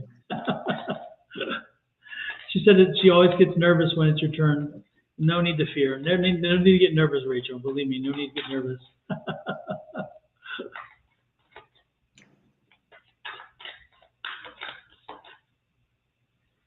Rachel,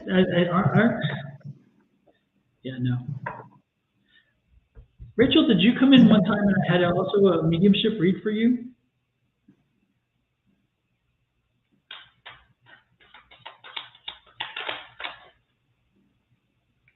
Does this come from Blizzard?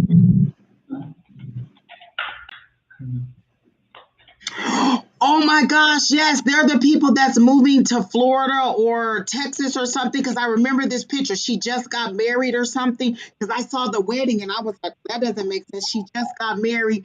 There's something about the son not wanting to move, the oldest son or one of the children. I remember her. Okay. All right. I remember that because it was the wedding. Okay. Yes. And her mom, is your mom Dora? Because I kept hearing Dora. Yes, moving to Florida, looking for a house. And I think you said, oh, yes, she's going to find the house. Everything's going to be fine. The move is going to happen, because they hadn't really decided yet. Right. Okay. Okay. See how that brought my energy up good? Okay, I'm glad. Okay, yeah. Let me see if I Yeah. can. I was thinking I was just energy we've done before. Yes, Dora is her mom because I kept hearing Dora, Dora, Dora. And then I thought, wait, am I mixing up? Because we have somebody on the list named Dora. Okay. And okay. I see coins falling. So that means money's coming. There she is, mom. Okay, I saw it. Okay. I see coins falling, so money is coming. I see a 10, the 10 of Pentacles is what they're showing me. So money is coming. And 10 of Pentacles is like that wish fulfillment, that what everybody wants, the family, the or whatever your 10 is. This is what they're showing to me. This card here. That's what I'm getting for you. And so that is like the happy couple, the kids, the dog, the house, everything is good. So this is what I'm seeing, just like money falling for you. So good. So new job is somebody getting a new job. I feel like, okay, new job. Husband getting a new job, even newer job than the one we spoke about last time is how I feel like it is. Like an even newer job or something better than what we even spoke about last time for your husband. And was he a truck driver? I see a big truck, a big white truck. Is he thinking about buying his own truck? Like I see a big rig, like a big white truck. But I just see the front part of it, like this is his part of it. Like he owns this. And so I see, but I do see money falling, like money coming in, like don't worry is what I hear in the words that I see over and over and over again. Um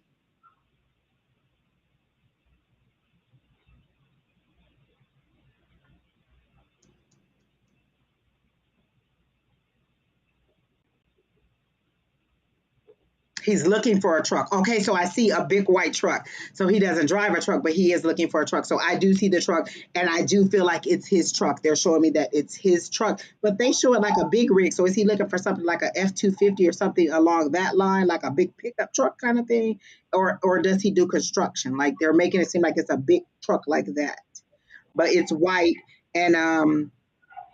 And then, are you in the medical field? Because I feel like like I feel like everybody's getting a new job, and you're worried about schools for the kids, and they're saying it'll be fine. You'll find the jobs that you need for the kids, um, or you'll find the schools for the kids. It'll all work out. Like before school starts, you'll be set. You should be fine. Or something about the schools. You're worried about the school system there. You're worried about being able to find a house and money, but money's coming in, like money's pouring in, but it's coming in for both of you. It seems to be very lucrative for both of you. Like both of you are going to find new or get better or increase is how they're showing it to me.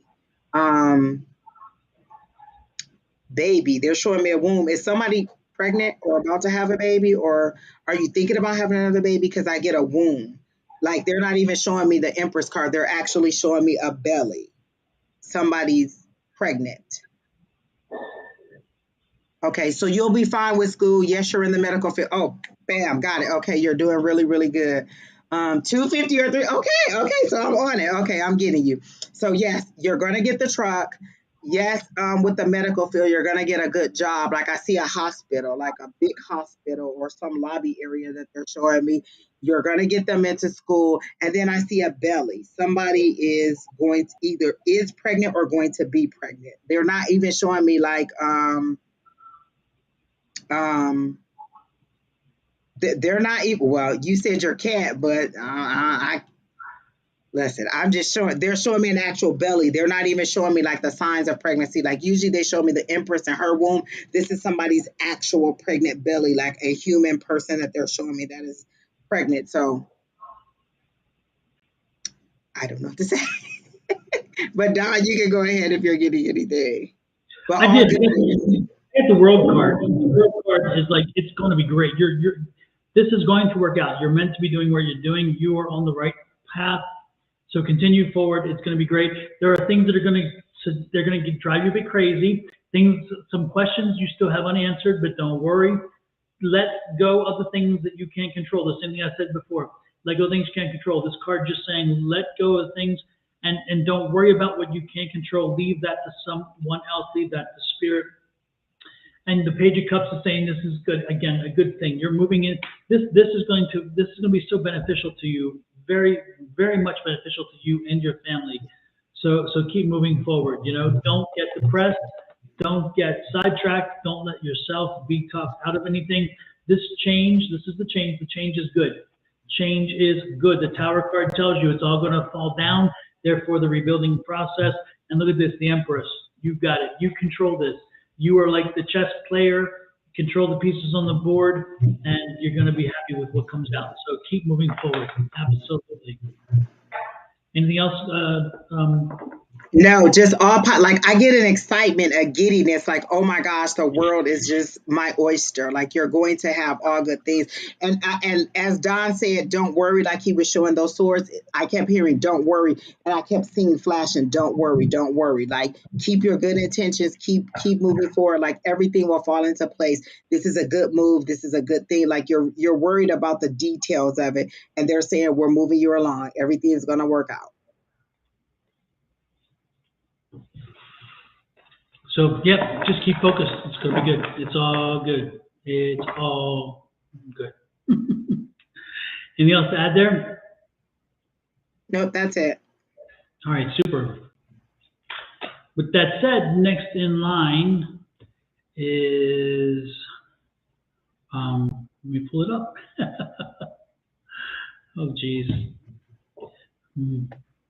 Hey, no, let me just, I'll find it. It's somebody here. Rhonda. Help me, Rhonda. Help me, Rhonda. That's not who I'm looking for, is it? No. Who am I looking for? I'm confused. Rhonda. Clara. It's Clara, isn't it? I'm sorry. Oh, yeah. Look, everybody in the chat's like, it's Clara. I'm sorry, Rhonda. Look, this is the end of the retrograde. It is just driving us crazy, but we're almost there. We're almost past it, Don. Rhonda, do you have? Rhonda just spoke. Okay, Rhonda, real quick, do you have two brothers?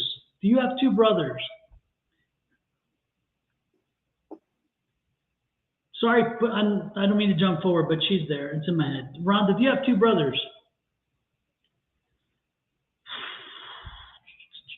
Help me, Rhonda. Help me, Rhonda. Help me, Rhonda.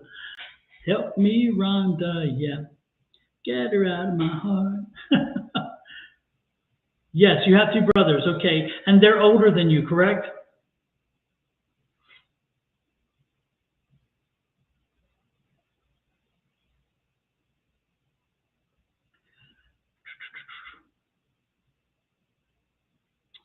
Two older, yes, okay. And your father has passed, correct? Because your father is here with me, but I can't figure out if one of the brothers is too. Your father has passed, correct? And was the yes for, I don't know. Was that yes that your father passed? Because again, he's here. Is that the case? Do you say like, yes, he passed if he's passed? And then also, can you let me know if a brother has passed?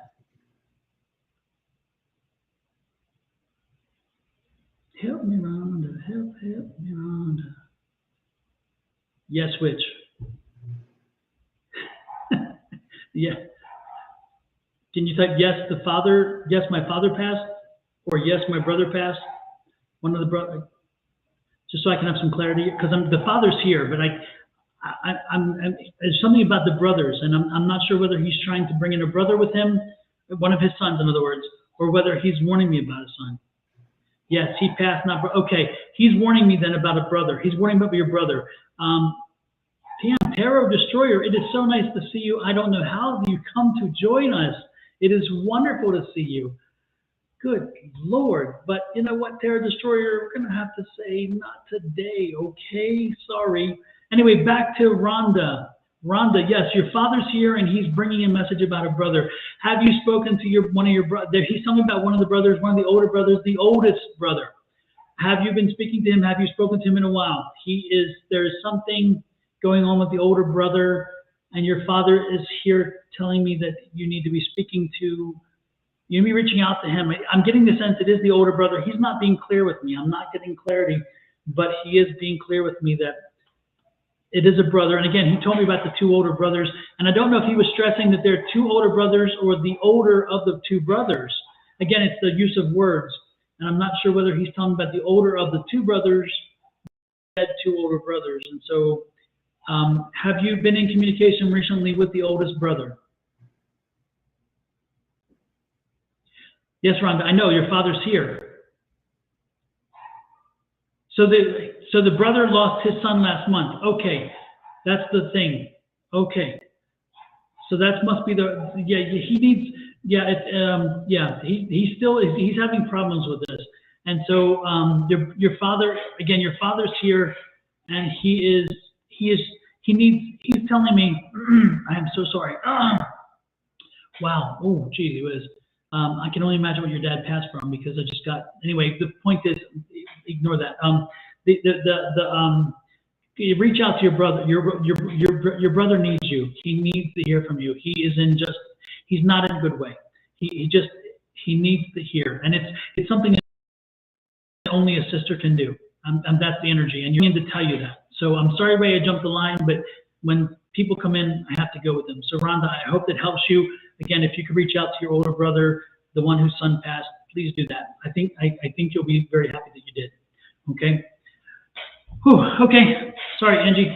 Didn't mean to detour. Oh, no problem. That was a good message, and I don't interrupt. Plus, believe it or not, I'm on here trying to find hair. And today's National Donut Day, and I missed it. I was there. Right. Oh, man.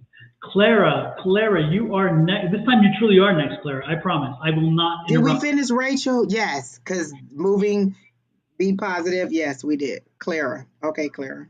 Yes. Let's see.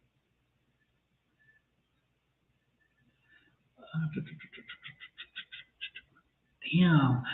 Clara, are you having a problem with teeth? Because I just got like this right here. Jeezy, crumbly. Are you going to the dentist soon? Are you having a tooth problem? Damn, you guys, I'm not an empath, but I'm getting some crazy energies tonight. Damn, man. Maybe you are an empath. Listen, I just heard Samuel say, yes, you are an empath. I'm telling you what, I need to put on my gold. I need to do the gold thing. And Samuel doesn't talk that much. Exactly. Oh, my gosh. Clara, are you having a dental issue, or do you have a dentist appointment soon? Because, I mean, I'm telling you, I'm getting something serious here that it wasn't there when I was just talking to Rhonda. Rhonda's dad didn't have to do this to me. Rhonda's dad just wanted to come in and talk. No teeth problems. Okay. Don't be surprised. Don't be surprised, Clara. Take care of those chompers, because I'm telling you, I'm getting serious pain here, and it did not come in until I typed your name. So, oh my goodness, Lord have mercy. I'm gonna have to do some gold protection. Oh, jeez. Clara. What else am I getting for Clara? Clara. Every time, I can't help it, but every time I hear the word Clara, I grew up like totally in love with Elizabeth Montgomery. She was the Bewitched was my wife to be. I mean, I'm telling you what. And I loved Bewitched. So it's interesting when good Lord, Angie, if you could, let me say, no, we're good. What happened? Oh my gosh. I don't know what's going on. It's like, damn, they must have some special talent here. Okay, so now he's on my page. Anyway, every time I see the word Clara, I think of Aunt Clara. Oh, look, there it is. Jeez, Whiz, what am I doing? How did that happen? Anyway, the bearded man. That's me. That's Santa. I'm Psychic Santa. Get it right if you want to call me something. So. And I hate to do this, but the Tarot Destroyer is on my page, and if you all would like to show him some love and report him and have him blocked, we would all appreciate it. Absolutely. Because he is definitely spreading hate speech, or she It's the Tarot Destroyer, and they're on my Facebook page. And I welcome you all to go on there and report every comment that he's making. Anyway, so I love Bewitched. I love Elizabeth Montgomery. She was amazing. And so every time I think of Aunt Clara, I think of Aunt Clara because I love Aunt Clara. So anyway, so Clara, your name is always brings good things to my head when I hear it. So there we go. Will we be making a dentist appointment tomorrow? No, my appointment. Yeah, I don't think that's for me. So yeah, probably not for me. But hopefully you hopefully you won't have a dentist issue. But it's like, man, it was there. It was like really there. So back to general reading. May I have a reading, please? Let's see. You picking up anything, Angie, except for Destroyer? Now, I was just reporting the comment. One more.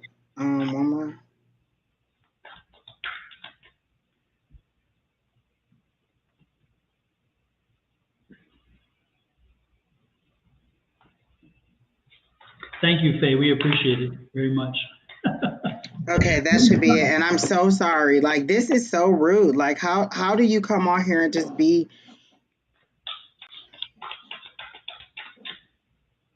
I'm sorry.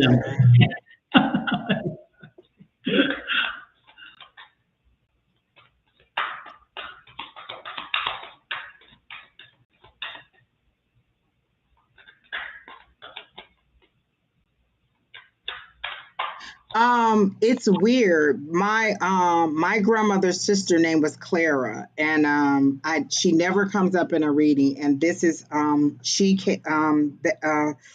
that's the image that they gave me is of my grandmother, and she had long hair, or no, not my grandmother, I guess she would have been my great grandmother because it was my grandmother's mother, so it would have been my great grandmother, with the long hair. Her name was Clara. No, Clara was my grandmother's sister. Okay, so no, it would not have been her mom. It was her sister. So let me see where they're going with this. And Don, I didn't hear your reading at all, so if I'm repeating anything, I'm sorry. Did she say she's having any issue? You haven't read her yet? No. I was talking about how her name always makes me happy because it reminds me of Aunt Clara from Bewitched. Oh, okay, yes, and so maybe that's how I got on that train of thought because my grandmother's sister name was Clara, I think, and was she having a toothache, Don? Oh, no teeth problems. Oh, no, I was having a toothache. Right, but was it for her? No, she said she's good. Okay. Yeah. Okay. Sister. Are you having issues with a sister or a sibling? I don't get. Is there distance or a strain? Go ahead, Don. No, I was gonna say I don't know if I get sibling energy. I don't know if there is a sibling. Is there a sibling, Clara?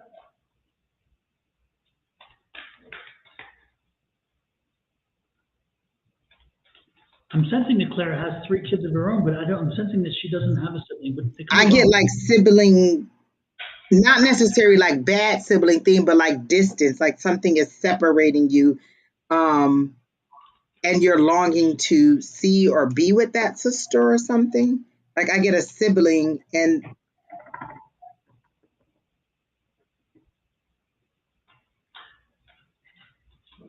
an older brother. Okay. No sibling issues. Okay. Not necessarily in a negative way, but in a like they're making it seem like a longing to see each other. Because and they're recanting they're recalling the stories that my grandmother used to tell me about how the distance between them or like they weren't close in the end. Don, if you get anything, go ahead. I'm going to keep trying to walk through it.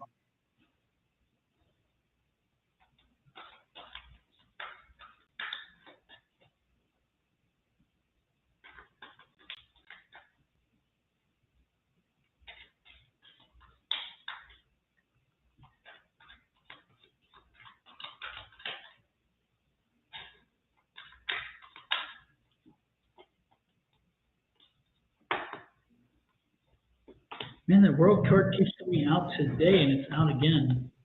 I love it. I love it. I love it. Again, it's a lot of positive energy there. That's wonderful.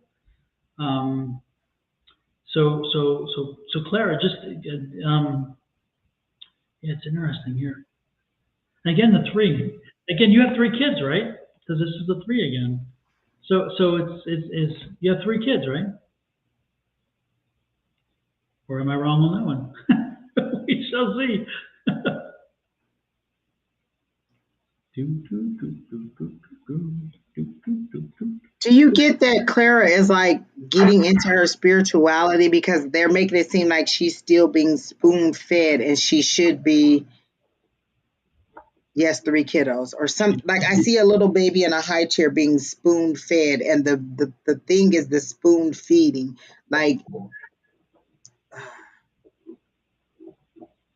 go ahead, Don. You can keep going.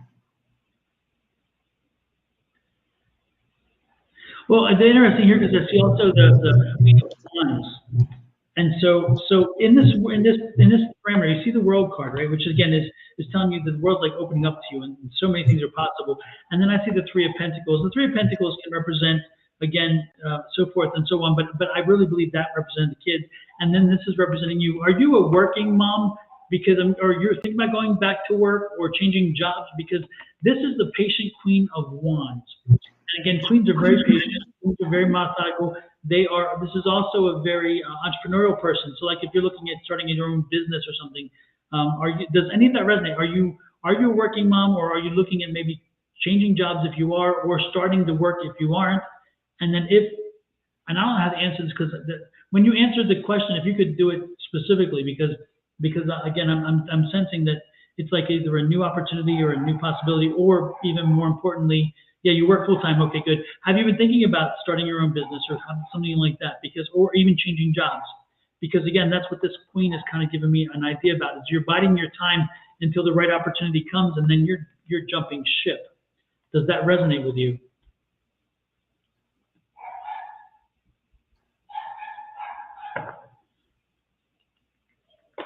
And again, if that's what you decide to do, you're going to be fine. It's going to work out well because this is the World card. So the World card says it's going to be fine if that's what you want to do. I changed jobs a week ago. Oh, okay. Well, there you go. So you changed the jobs, and that makes sense. So, and you were working. Okay, good. It's going to be fine. That's the World card. So the job change had already taken place. I was thinking it may be coming. So good. Then it's all going to be fine. It's going to be fine. This was a good choice. This was meant to happen. So you're good. You're in the right places. From what I'm seeing, Claire. What else do you have, Angie?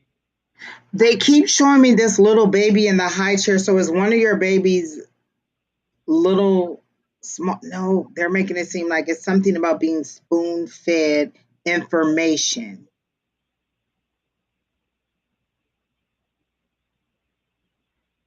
You're ready to grow. Something about being spoon fed information. You should be further along, or it's time for you to grow. Like then they're showing a growing child. But I don't think this is specific to the age of one of your children. It's metaphorically as they're trying to give it to me. So, and spoon fed is what they're being said. Something about information being spoon fed to you, and and you're ready to progress. So that could have to do with the new job, but you're ready to move on. Like you have enough information to move to the next level. You have enough information to grow. You still shouldn't be being spoon fed this information. It's how they're making it seem to me. You're ready to grow. That's all I keep hearing is grow. And then they're showing me a pot growing up out of the pot. They're actually showing me Little Shop of Horror, that plot, but not in the horror part, but in how fast it grew. Not in the horror part, no, not that. In how fast it grew when it was given what it needed to grow. Like it was given, like as bad as it was given the blood. And so the blood is your time. Like you've given enough time, you've given your time to it, and you're ready to grow is how they're making it seem.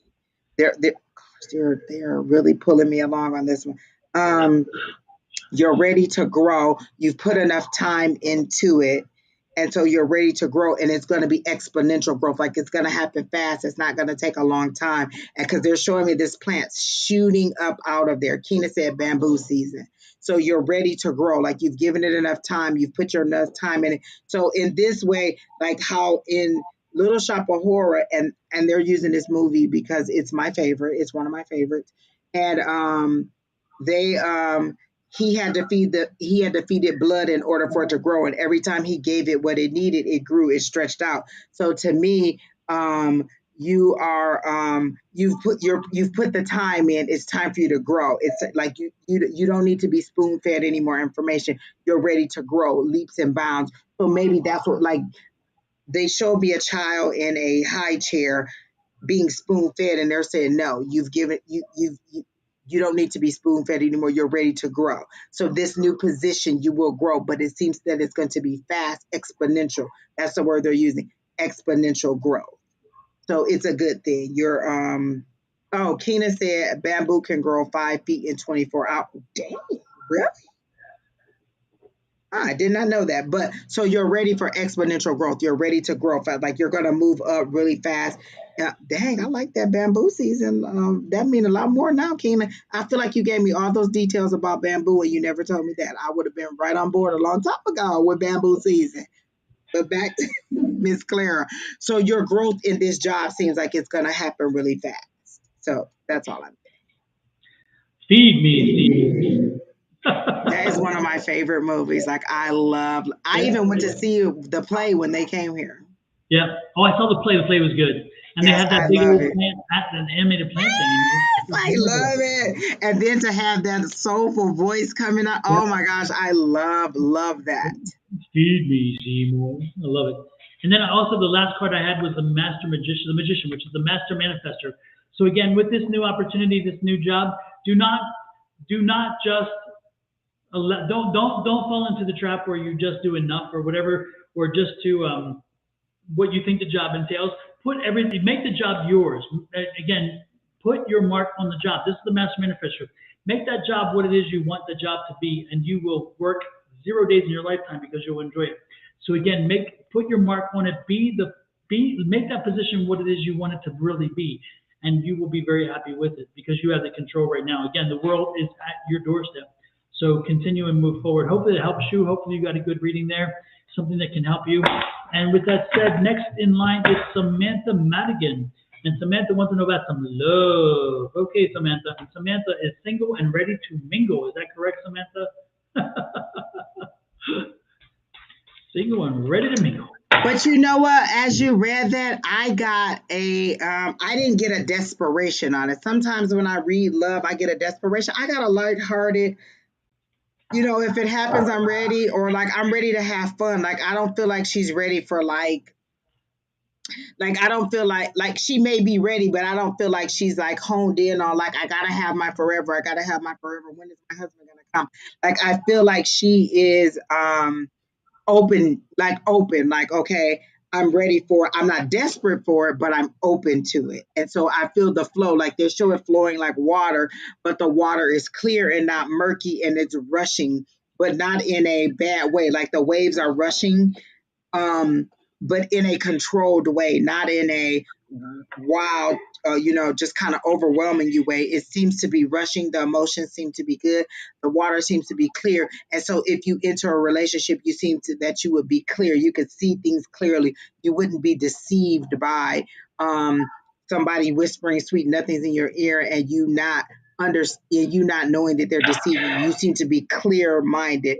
Okay, you know what you want. You seem to be clear. You seem to be focused. You seem to be, and you seem to be open to it. So they're saying that it's flowing into you, divinely timed. Like it seems like you've had a healing and you've just come to be like, this is who I am. Either you like it or you don't. One of my things is it either is or it isn't. You either like me or you don't. You want me or you don't. It is or it isn't. We're not going to go in that in between, like, oh, maybe kind of sort of it is or it isn't. And that seemed to be where you at, and you've done your healing. You know who you are. You're a grounded person. You don't need somebody to say, oh, you need self-love. You've done very good with your healing. And you see healing. and it seems that you're ready. You're open for it. You can go ahead, Don. No, you hit it right on target. Right on target. Yeah, you seem to be ready, and it's coming. It's flowing. Yeah. Yep, look at that. Yeah. New beginnings. So yeah, from healing card to new beginnings. The only thing you did, make sure you pay attention to your body, take care of your body care, and this is both physical and mental. It's not just physical. Okay. And oh, go ahead, Don. I'm gonna say, make sure you forgive yourself, because if you're carrying some luggage with you and you feel like there's some things, and let the past go. Let the past go. Forgive, and move on.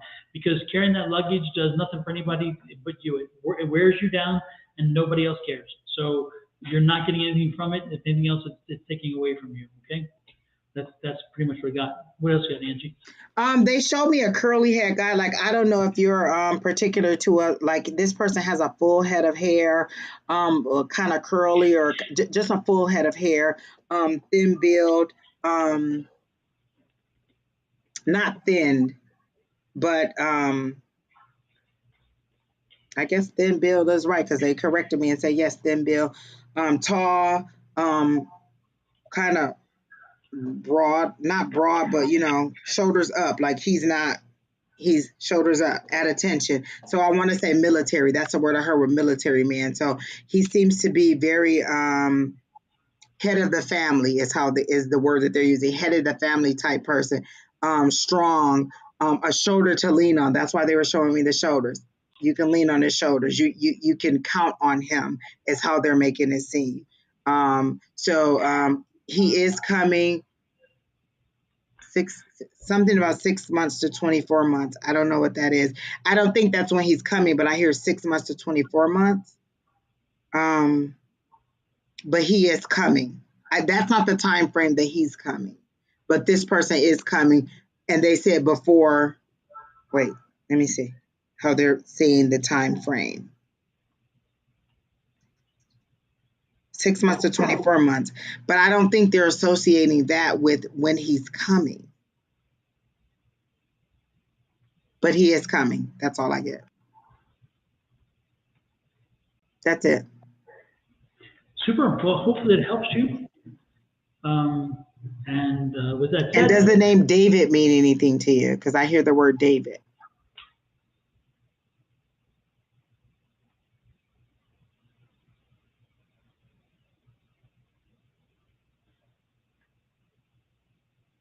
But that's it, Don. You can go ahead.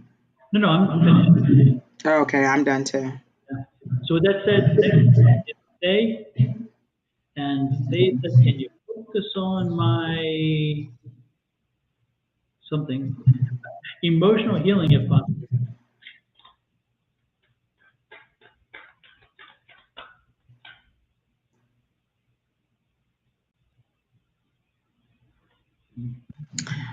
When you say focus on your emotional healing, you want us to, are you asking us if spirit is saying that you are emotionally healing, you're done emotionally? Like what do you mean when you say, can you focus in on my emotional healing?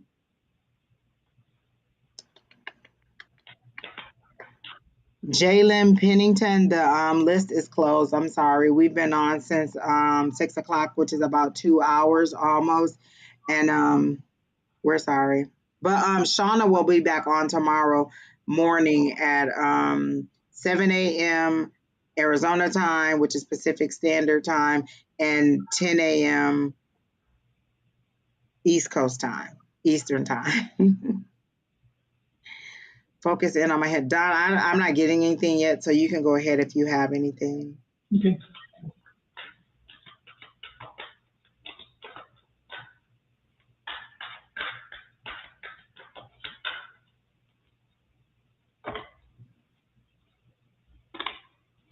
Saying you have to set your intentions. If you want to break through from the emotional side, you have to set your intentions, make it clear to the universe, support the universe. The universe is there to support you.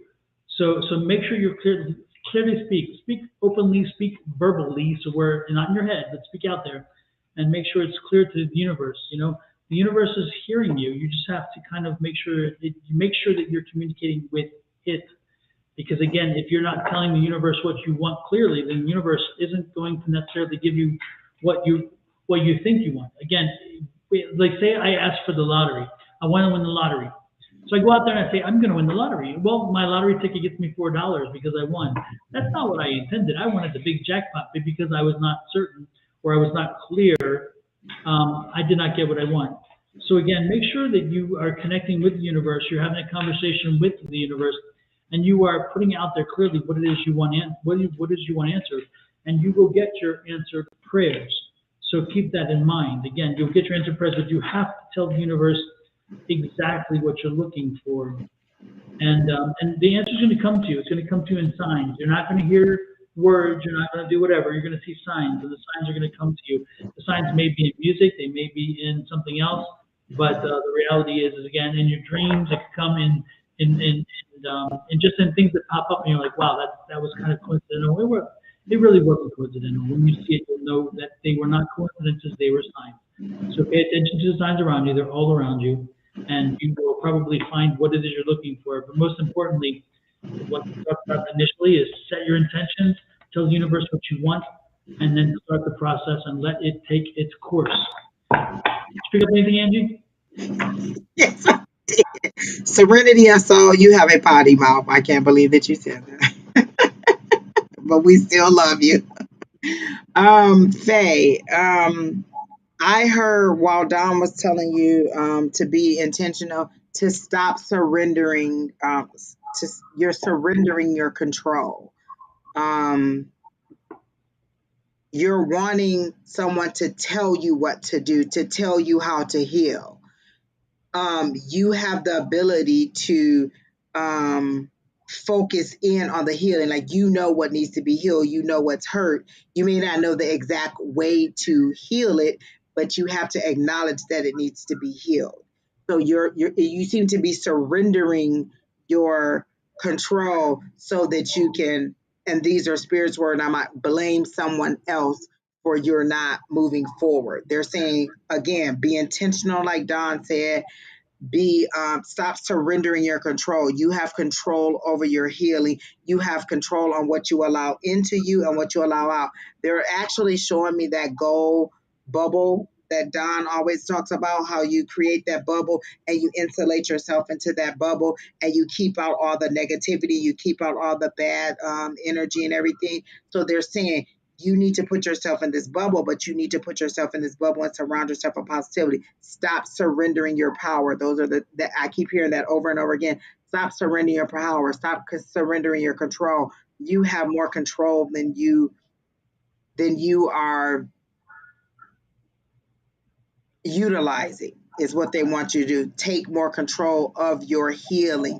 You know how you can separate yourself from people who trigger you, or who make you upset, or who cause you to get into to have these situations where your emotions are triggered or hurt feelings. They're saying you know how to separate yourself from that. So that's the first thing you can do. Separate yourself from those people who don't make you feel empowered, who don't make you feel your best. Like, I feel like you're struggling with your own identity, or with your own positivity, and then everybody around you. Like, I feel like people make sarcastic comments um, um, about you, or makes little digs about you, and you don't really say anything, and they're saying just separate yourself from that person and you'll be fine. Take more control in your healing, is how I'm hearing it. Super. Hopefully it resonates with you.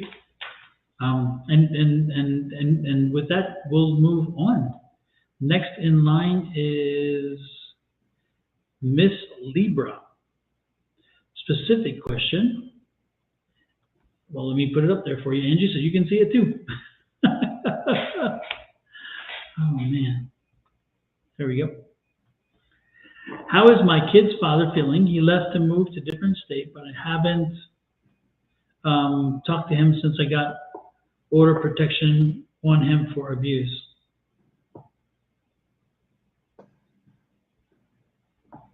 Huh. Miss Libra, are you here still?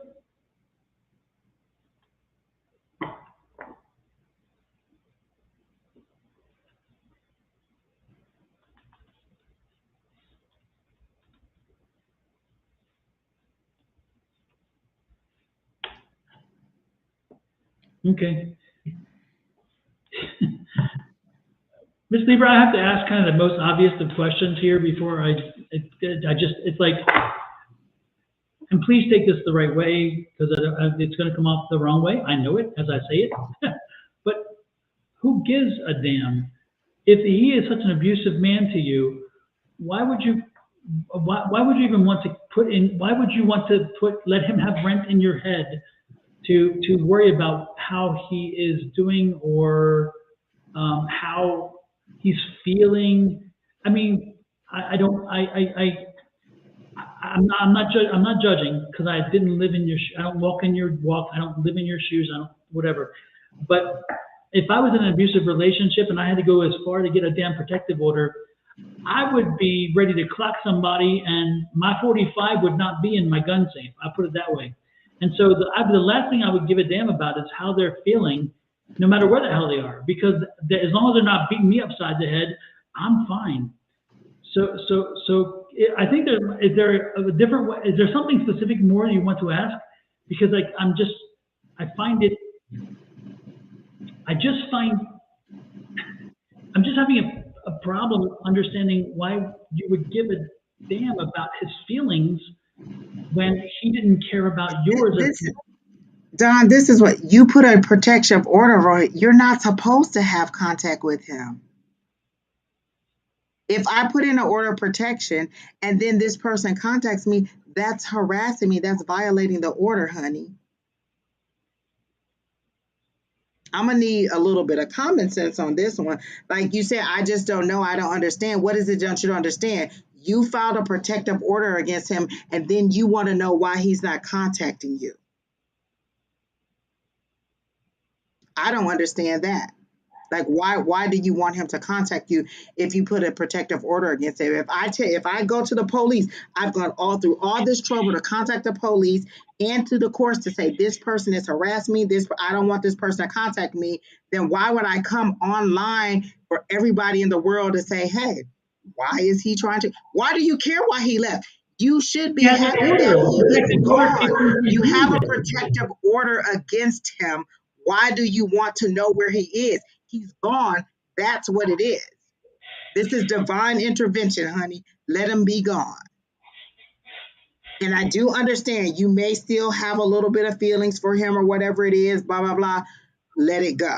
Let me tell you this. You only got, what did she tell Ike on in the Tina Turner movie? You only got one time to hit me, Ike, and that's it.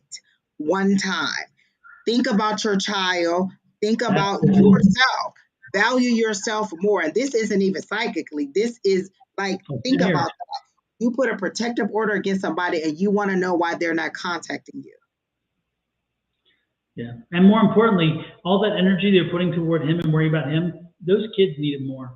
Those kids have probably seen and heard things that no kids, things that you wouldn't want your children to know and hear. So I really would ask you, Miss Libra, to kind of just rethink the conversation and focus on those kids. Put the energy in them. They need it more than he. I mean, from what I mean, to get a protective order, you have to prove something, and the court saw there was proof beyond reasonable doubt. By the way, not just beyond reasonable doubt, and therefore it happened. And so, make sure those kids take the time and focus on the kids. Give the kids what they need. And I don't know. When it comes to Spirit is saying, because I'm reading the comments and they're saying, oh, it's trauma bonding, blah, blah. Spirit is saying you need some tough love. You need to prioritize yourself and you need to move forward. You were afraid enough to go to the court and say, I don't want this person to contact me anymore. Let him be done. Let the divine, let the courts, let all these people who build this wall between you, and he even put distance to you, you need to move forward. They are telling me to tell you to join a group like a group for people who have been abused in some kind of way, and let them talk to you, because coming from me, you think that I don't understand, but believe me, honey, I understand, and I do know the trauma that you're talking about. So what I'm saying is find a group, and join that group and bond with them. Like, you need to understand, like they can help you, because they'll see it and you'll understand it coming from their perspective. So they're saying find a group. You can even find an online group, or you can go into someplace physically, but they're saying you need a support group, because I feel like your family and friends are all saying the same thing to you. That's how they're making it seem, because they're showing me this. Like a lot of people talking to you, and this is what I've learned with dealing with friends. When you talk about, even if this person is doing them bad, if you bash them, they start defending him. So I say he's no good. He did this to you. He did that. You start defending him. Well, it wasn't always like that. Well, we do have kids together. Well, I do want him to have a relationship with his kids. So I'm bashing him, and now you're defending him. And so now, instead of you trying to move forward, you're trying to understand, or you're trying to make me see the good that you saw in him. And I get it, honey. I do understand. What they're saying is you need a group of people who tell you, who empower you to move forward without this person, to let go and to move forward. And I do know you'll go back and forth. You'll kind of go back and forth, back and forth. But they're saying to get a circle of people or a group of people who understand, who can talk with you, who can help you, who can bond with you. You can even email me. Don has put the National Domestic Abuse Hotline up, and there's probably even local chapters near you if you call this number. So you need to find someone who will support you in that way. But I feel like this is your family telling you this, and this. But what you hear is them bashing him, and all you want to be able to do is vent about what happened and to have somebody to support you. So what you need is someone to support you, not bash him. So that's what you need. This group to support you, and then he's not even in the picture, because our purpose is to support you, not to bash him. And so I get it. And so they're saying find this group, focus on moving forward. Yeah, and again, getting the help that you, again, because of what I think, because again, going back to the question you asked, when you see that question, it tells you that again, you yourself need some healing and some help, because you're drawn to your abuser, and that happens. It is part of the cycle, and that's what has to be broken as well. So it's understandable. So again, reach out to the people here at the National Domestic Violence Hotline. Reach out to local affiliates or whatever, people who do this, and get yourself in a situation where you can get some counseling and helping you understand why, even though you've been abused, that you would be drawn to feel for him. And again, the healing has to start and work through it. And I know it's not an easy process, but again, the most important thing is reach out, get the help, and take care of those kids, because those kids are the innocent victims of this whole. Well, I'm not saying you are. Don't get me wrong. I just said they're wrong. You all are innocent victims of what has happened, and the kids are secondary in the sense of, they're shell shocked because they don't even know the whole story. So yeah, start helping yourself, because by helping yourself and healing yourself and getting the counseling, you will get what you need for those kids. And with that said, I pray for you. I send healing prayers to you and your kids. Absolutely. Blessings, blessings, blessings. So do your, if you could, please reach out and get some help, okay? Whew, that took a turn. With that said, Angie, let's get the energy up. This is got to do something. Yeah. Anyway, who's next, Kina? It gets hard sometimes, folks. I mean, and I know we seem preachy and judgmental, and we should, and that's not how it came across. That's how I didn't want to come across. And I don't think Angie or I neither one, but we are trying to help. And each of you joined in too, which is nice, to help this young lady. She just needs help. She needs support. But the way that spirit showed it to me is like this. Like, you need to be shaken. You know how sometimes you just need to shake somebody and wake them up? Tough love. You needed tough love. Not in a way that bashes him, but in a way that says, hey, you are important.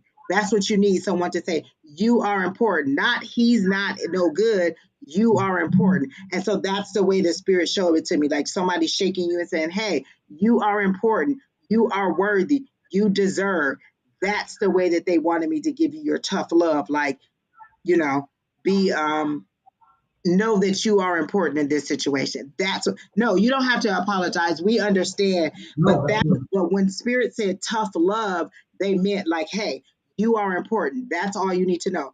Forget everything else and because again, the chatter, but it's saying, realize that you are important. You are supported. You are loved. And even if the people are coming at you in a way that is, something that you want to hear, it's all in love for you, not in hate for him, but in love for you. So you'll be fine. But I do see healing. I do see healing for you. I do see you moving forward.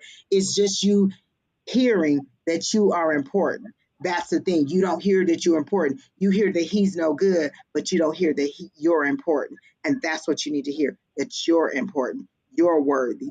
You deserve. Yeah, and it's like a share moment. And you snap out of it. It's you kind of want to feel that because it's like, to make that, to register that point.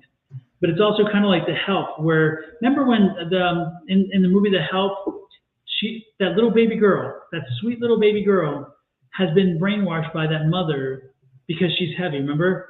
And she said, "You are bright. You are whatever, the three things, And it's so endearing because it's like this little girl has been, the mother just hasn't given her a chance, and she says, "You give my baby a chance." I love that scene, and she tells him, the little girl's like, "I am this, I am this." Oh, yes, I know exactly what you're talking about. Yes. It is it's one of the most wonderful, touching scenes that you see, and you're like, oh my God. And that's what I was thinking here. It's one of those things that you just need to be having somebody reassuring you that you are loved, that you are blessed, and that you are important.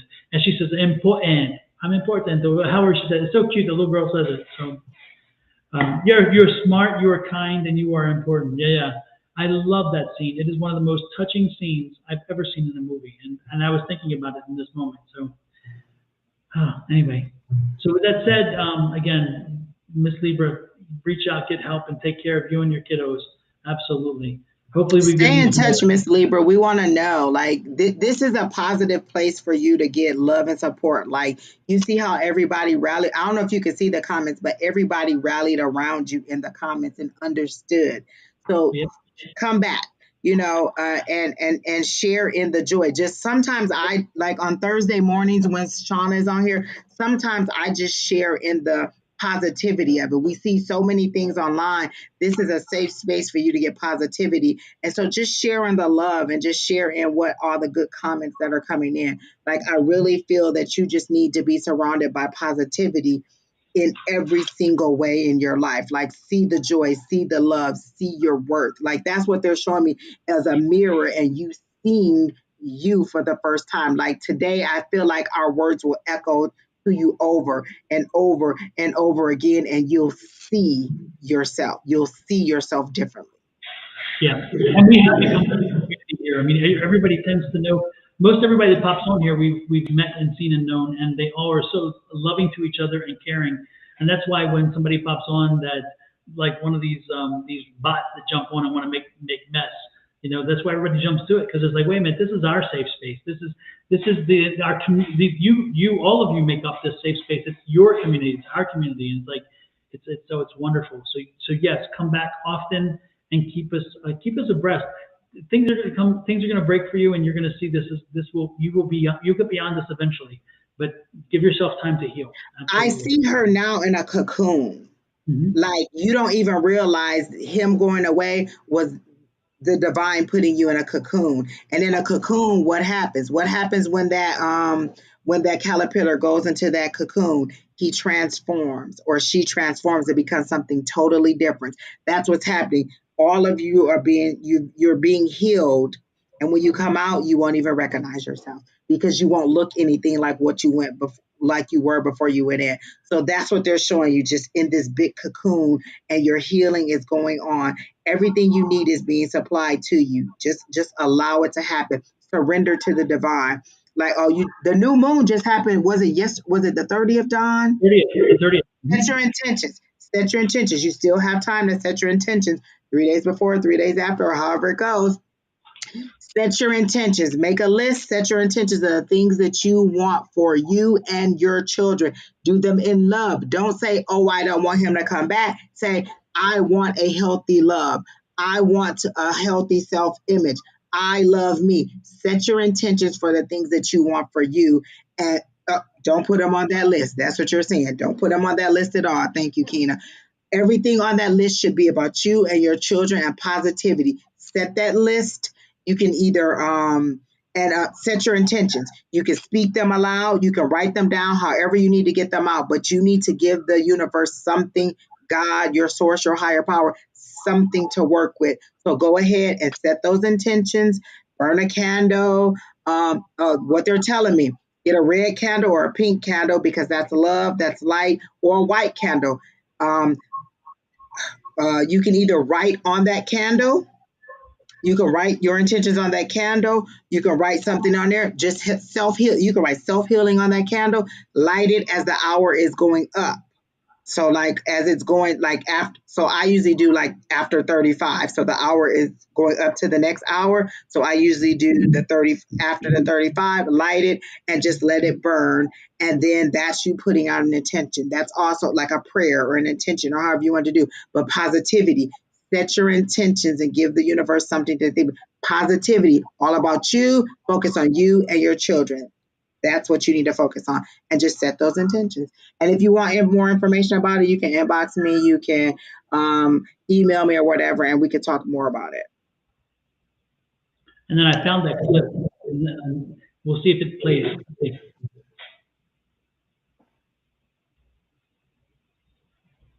I can't hear it. Oh, wait. Baby, get back to bed. I got to, baby. I am so sorry. No, that's not the reason. I don't want to leave you. But it's time for me to retire. You're my last little girl. No! Baby. I need you to remember everything I told you, okay? You remember what I told you? Really kind, really smart, really good. That's right, baby. I love it. That's. I got goosebumps all over. Like I got a warm feeling, like a warm hug. Warm hug. Yep. Yep. So I'm also hearing that you need to strengthen your boundaries, like with other people. Not just with this person. Maybe you need to strengthen your boundaries with other people. Like tell people no and let your no be a period. You don't have to say no because no, I don't want to. Let me tell you what my favorite thing. I don't want to. I just don't want to. Oh, you want to go to no? Why? I just don't want to, and I don't have to give you any more respect. I don't want to. That's just it. I don't want to. No, strengthen your boundaries. Self love, self care.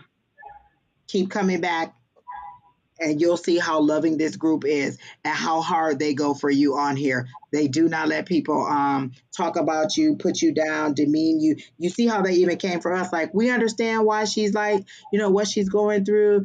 We understand. We are understanding. Keep coming back. Keep coming back. This is a great community of people that we have on here, and they all do love and light and send you positive energy. You probably got an overwhelming amount of energy just being on here now. And I'm pretty sure Tanisha, who is divinely guided, sent you so much love and light. You are overwhelmed. Like you probably are getting lots of love and light. So go just receive that love and light. Sorry, Monica, we were way out on a rant, but this is what I love about our platform, Don. Healing. I always approach our platform in healing. How can we heal? How can we help? How can we make something better for somebody? I don't want to just come on here and gossip. I want it to be healing, love, and light. Yep. And I felt like this, if nothing else goes right tonight, that was good. Absolutely. Absolutely. So Monica J, you are next, and it's a love general. Finally. She's like, damn, it took long enough. I love reading.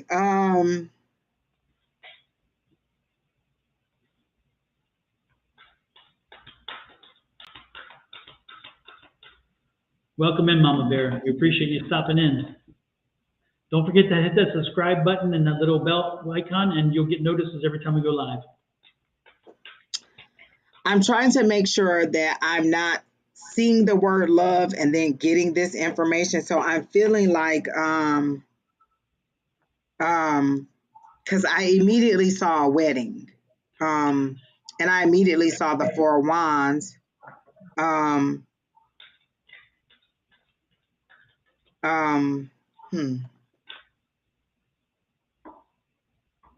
You have not met this person, so you don't have to tell me that you're not seeing anyone or that you have not met this person. This is clear. Love of your life. Is that how you speak about your husband, like the love of your life? Is that what you want, the love of your life? Like that's the thing that they give me. Like when I think about husband, I think my forever love, because I only plan on getting married once, and I always say, if one of us doesn't want to be in a relationship, it's till death do us part. So somebody has to die. Like I just forever is a long time. So I always imagine myself when someone says, will you marry me? Are you sure? Because forever is a long time, and I'm not. Like, I'll be a widow before I'll be a divorce. I'm just saying.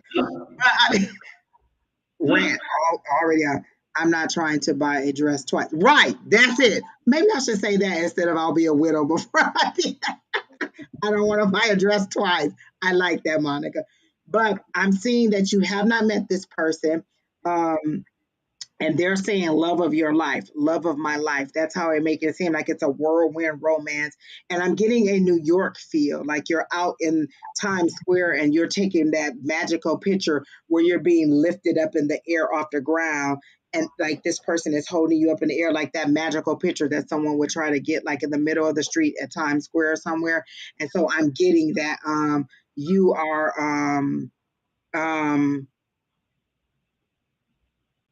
it's going to be a whirlwind like that. It's going to be romantic like that. I'm getting Sex in the City, like finally getting the love of your life.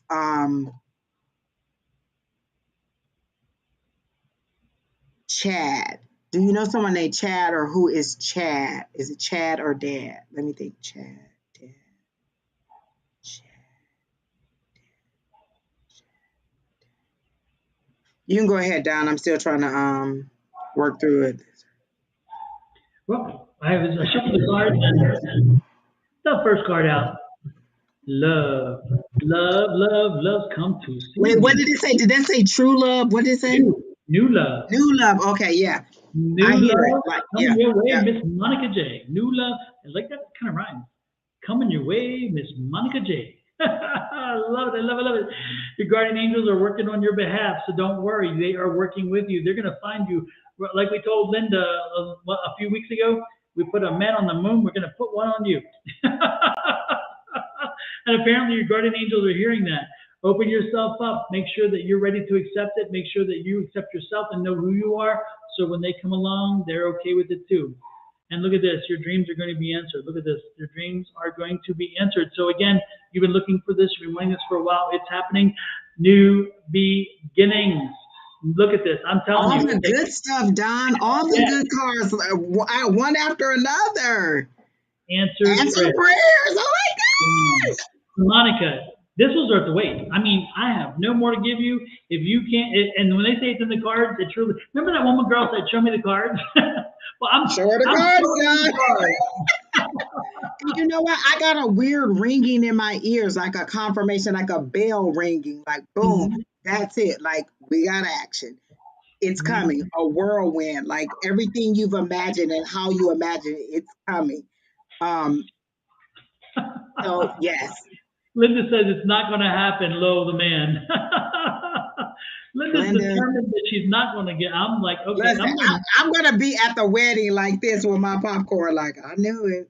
I'm going to pull my popcorn out my purse too. And while y'all saying the vows, I'm going to be like, remember, Don, what she said? I knew it. I knew it. Yeah. Even, yep. Listen, in the last year, I've seen 80, 90-year-old people get married. It's never too late. As long as you can breathe and say, I do, you can do. Listen, Linda, we're going to keep working it. We're going to keep working it. She says, I'm done with that. Oh, Lord, have mercy. I don't understand why they are not allowing me to block Tarot Destroyer, but I just want to send him the most positive or her the most positive energy that I have and flood this person with energy so that they can see things differently. And I even tapped into your energy, Tarot Destroyer, and they said you've been hurt. You've been really, really hurt by someone. And so what you're acting out is in your hurt, not in your anger, not even in religion. This is your hurt. Someone either gave you a bad reading or someone did something to you, and that's why you're so negative in such a way. But I am reading you right now, and if you don't want me to read you, you might want to leave the room because I'm about to let it rip. So they're showing me that you have been hurt, like romantically hurt. And this all hot, fiery, passion, energy that you have, that you are here destroying my powers, you can't destroy my powers. You are mad. You are acting out in hate. They are showing me clearly that this is a romantic thing that happened to you, and you are on here just acting out as you can. And it's not even about religion for you. It's about hurt. You are very much hurt in this situation. I feel like you're in New Jersey because I saw NJ. So I feel like you're in New Jersey. You are, I hear traffic. I see the stoop. I see the street. I see you sitting there on the stoop, lonely and very just watching the world go by. You are unhappy with this last relationship or whatever this thing is that happened to you. That's why you're on here being such a destructive, mean person. It has nothing to do with religion. They are clearly showing me this has nothing to do with religion. You are being a thorn in the side because you are hurt. And the word they use is your butt hurt. Like you were romantically declined. That's the word they're using. You were romantically declined, and you are on here just being very evil and mad as a way to get back. But you're not hurting that person, and you're not hurting us because we're still moving on. And all of your comments just give us more. Like you making all these comments are just giving us more comments. So it gives us more viewership. It gives us more people who are out here. And so I'm assuming that's why we couldn't block you, is because you needed to hear this. But you will be okay. You will heal, and you will be back to apologize. They're saying that you will be back to apologize after you are over this hurt. And it seems like it was a female that hurt you. And that's why your picture is a doll, because you don't want anybody to know who the real you is. I see you dressed in all black. I see you with like really thick hair.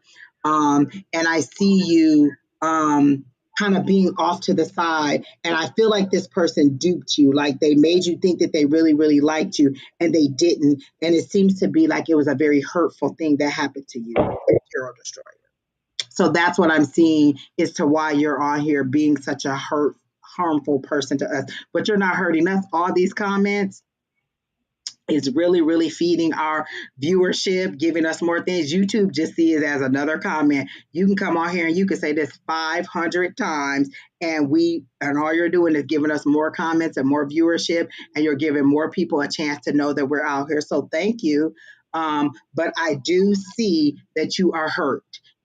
This has nothing to do with religion at all. This is you being hurt by somebody who broke your heart. And I'm so sorry. And you seem to be a very young person, like a young male person. You don't seem to be an older person. You seem to be a very young male person who who's been hurt by love. And if you don't get the attention that you need, or you don't get the healing that you need, you just act out online. So we get it, and we're okay. And that's it. That's all the information I got on Tarot Destroyer. Bless that little heart. Yeah. I literally see a young boy who got his heart broken, who's just on here acting out. Like I get someone like in their like I want to say 16 to 20. Like this is not a very old person. And I do get New Jersey because they're showing me the stoop. They're showing me exactly where this person lives. And he's using the Bible, but the Bible isn't anything like who goes into the Bible and just finds all negative verses? Like somebody who's hurt. Yep. Yep. And striking out. Yep. Maya 2002, are you still here? And if so, is yours a general reading or a specific reading? If not, then we'll move on to Dora next. As we now know her, Mama Dora. Well, Tarot Destroyer, you just received a reading. So what are you going to do about that? Because as you said, it's bad. And I just gave you a reading. So what you going to do now? Are you still seeing? Because I don't see it. He is he's on my page and they won't let me block him. Like when I go in there, I've reported him for harassment. I've reported him for bullying. I've done all the things that I can do to report him, but they won't let me block this person. So I'm assuming that he needed this message. Did you do a search for his name and then the three dots? I went to his page. He has no post. He has done nothing. I actually clicked on the page. He has no post. He has nothing going on there. And he is, but when I click on the comment, oh, she said they created another one. It won't let me block it. Just lets me, it just allows me to report. When you see his page, if you go to the very top, you'll see three dots. Click on the three dots and it should open, and under there you can block. Do you see it? Okay, let me go there. See, once you get this thing and you click on his image. Ah, there it is. Yeah, and when you do that, they let you do it from the comments. Yeah, I guess they change things up, but that's what I do. Yeah.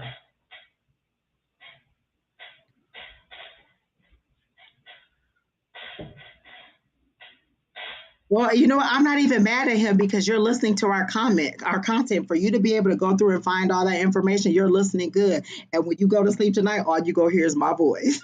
All night long, sir. Exactly. Good night, Tarot Destroyer. So Maya didn't respond, so I'm guessing she is not here. So then we will move on to next in line, and that was Dora. General, but I do have a question. Did I travel on time when my son was sick? Travel in time? I think that's what she means. I think so too. I heard a yes as I read that question, but let me see.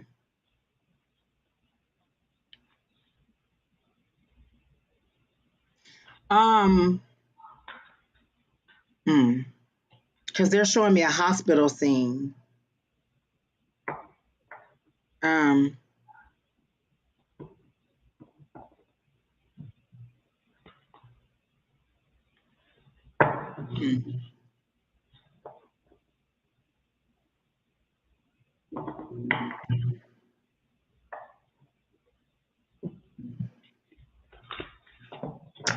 You can go ahead.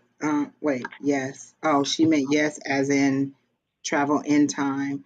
I'm getting a hospital scene, like you floating out of the hospital room while your son was in there and floating through the hospital.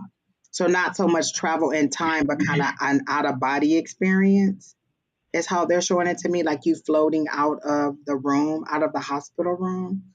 So I don't know if your child was in the hospital when this happened, but they're showing me a hospital scene and you float like a bed.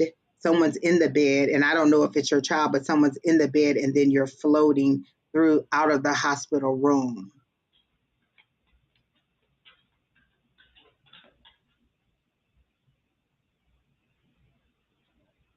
You can go ahead, Don. I'll keep trying to figure it out.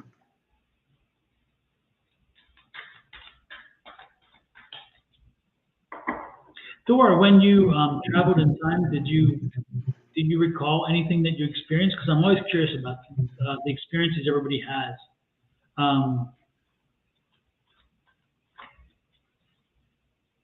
When you traveled, did you click on like a memory or a or something that can kind of document what time you were in when you did that. It's amazing how, again, everybody has their experiences that are a little different, but I'm curious about yours. What did you experience? Because I'm fascinated. I love this. I did that. And the reason why I guess I'm asking is a few weeks ago, I think I even told everybody about it when it happened. I was walking into, we have a mall here in Phoenix. It's called Fashion Square. And Fashion Square is a very big, popular mall. It's like the mall to go to. It's where all the high-end shops are, and it's going to survive.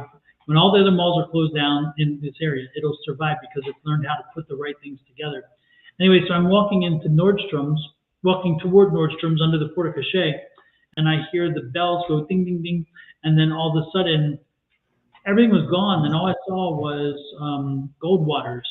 It was and at the time, I didn't know at the time, but I found out later it was a department store, and it was actually on the grounds where the Fashion Square now is. And so it happened that I was there in the moment, and then I shocked out of it eventually, and it really, and I realized I was in the middle of the damn street, and it was scary as hell because I had no control over where I was because I was in the moment. Anyway, so I was wondering about yours, and he says she saw my brother when we was older, but he was old enough she shouldn't have been there.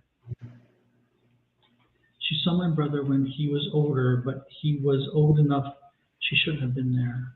At the middle of the night, there were a man sleeping with me.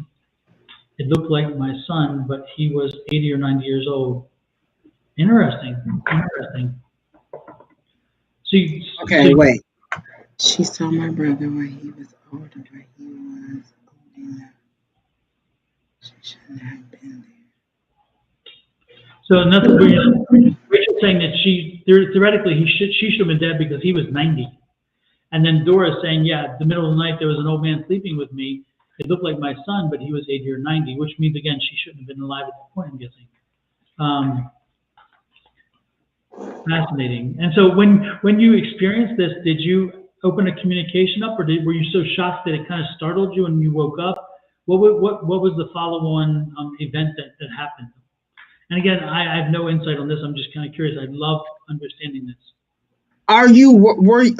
Do you worried about your child's future? Because I feel like, because I heard that they're showing you that he'll have a long life, that he'll live well into his future. Is how they're showing. It's like you got to see what he'll be like. Do you worry that you won't get to see your kids grow old, or was that a worry that you were having? Is that you wouldn't get to see your kids grow old, and they were showing you that your child would grow old, or now I'm hearing reincarnation of a grandfather? Well, so you think the son may be reincarnated from the grandfather? Right. Like I heard reincarnation of a. So did you have a grandfather that died at like 90 years old or somewhere in there? Because like I feel like either it's because I'm getting both. Like you see your child into the future, but also I heard reincarnation of a grandfather. David. I'm hearing David again. Maybe that David that I heard earlier was for you. I heard David again.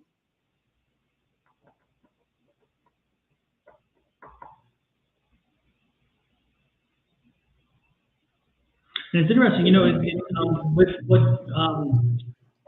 what Angie was saying. We have a dear friend, who her granddaughter, who was just recently born, is actually the reincarnation of her mother, and so it isn't that unusual to see that happen. And I'm not saying that it was your grandfather. I'm saying like maybe it was the reincarnation of your grandfather that you were seeing.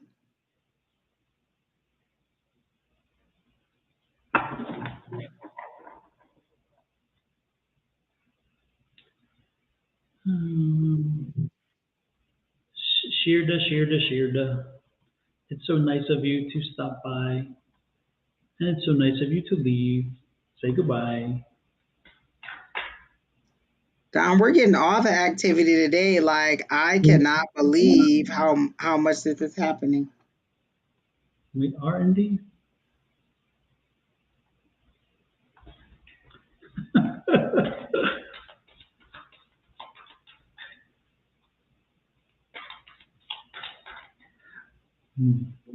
Well, I guess the most, well, the good thing about that door is that it seems to give you some encouragement that your son will most likely live to be much older, and that's a wonderful feeling.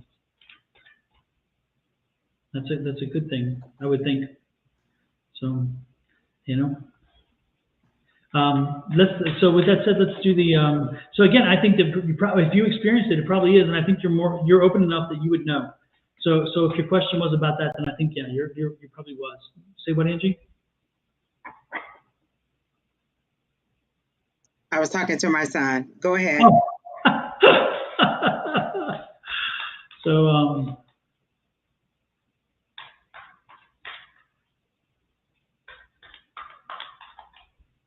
super. And then let's do. I'm just going to draw a few cards for you too.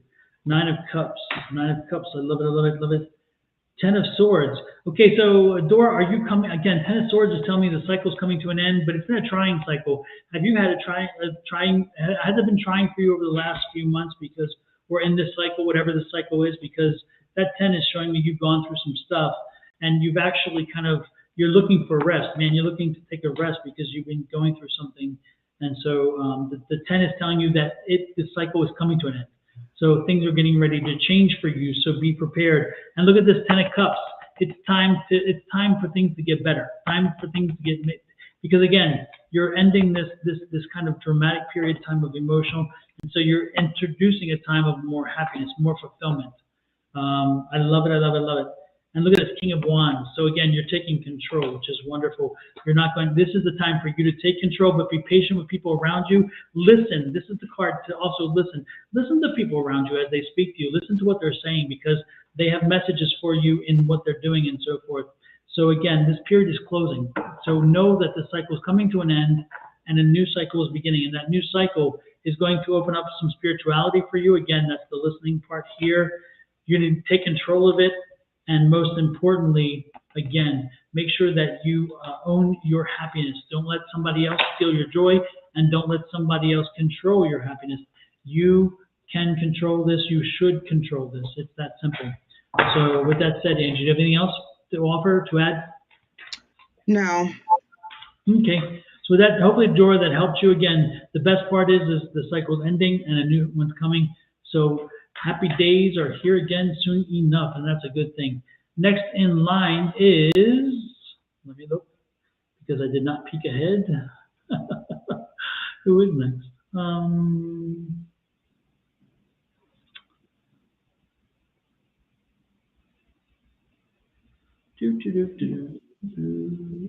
Jocelyn Stevens. And Jocelyn wants to know what's coming up for them, for her. Jocelyn, are you still here, by the way? Jocelyn, my Jocelyn, are you here, my Jocelyn? Jocelyn. Oh. Jocelyn has been waiting for a long time, I feel like. I felt like I've seen several comments from her.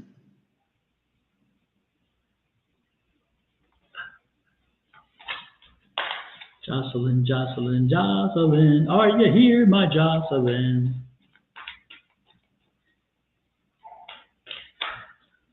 Hey, who's here with Lillian? Who's here has a Lillian?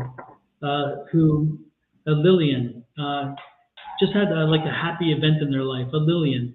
I think it's a child, maybe. Not a child, but an older child. Maybe. I don't know. Does anybody have a Lillian as an older child? Not an adult. This is a child coming into adulthood. Just curious. Yeah, Jocelyn is here. Jocelyn is here. Okay, good.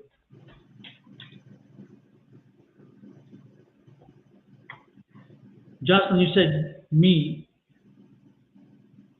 Wait a minute. But Jocelyn, do you have a child named Lillian? Or are you saying, yeah, you're here? Okay, I don't know which. Yes, I'm here. Okay, good. Okay. Just making sure I understood it.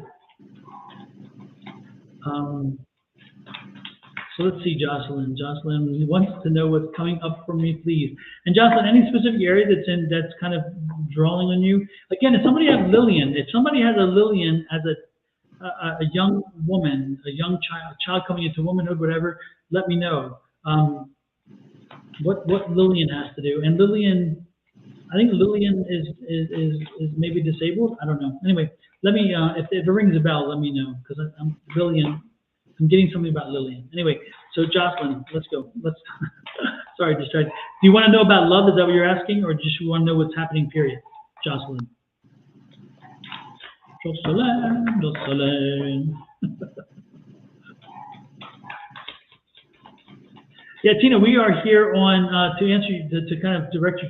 Tina, the thing is, our list closes early because a lot of people get in at the beginning. So we start on Wednesday evenings at 6 Western time, Pacific time, and then and 9 Eastern time. And then on Thursday mornings, I'm usually on Thursday mornings with Shauna, and we start at 7 West Coast time, 10 East Coast time. I won't be on tomorrow, but Shauna will be. And then we do the same thing both times, and we do the readings. So try to check us out. If you go on Facebook and you connect on Facebook and look for Sonoran Mystic Tarot, or Angie's website as well, Angie's channel on there too, A5Says I think it is. If you click on the subscribe and then click that little icon bell, it'll let you know when we come on live. And so it'll send you a message. You click on that message and it'll bring you right to us. And then you can get on earlier that way and find out. That's one of the quickest ways to do that. So Jocelyn says again, General, what's coming on? Okay, this is my first time. Absolutely, but welcome in. We've never seen Jocelyn before? No, I'm talking to Tina Simpson. Oh, okay. I'm like, wait, what? No, I'm talking to Tina Simpson because this is her first time and she got here a little late, so she didn't get a reading. So I was kind of explaining the process. Jocelyn says, no, love, I got love. So no problem, good. So we'll do a general for Jocelyn. Oh, Sonia Flores says, Lily is the name of the young child you're asking about. I have a niece named Lila.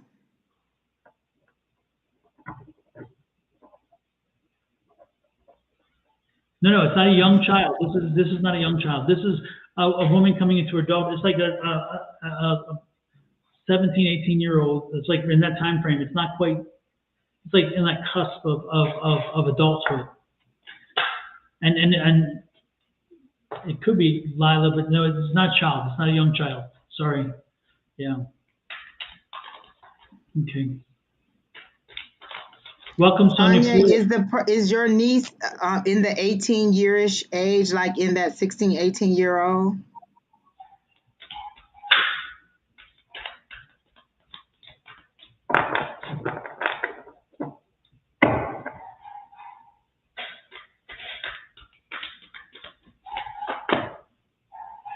Seven of Wands. 7 of Wands.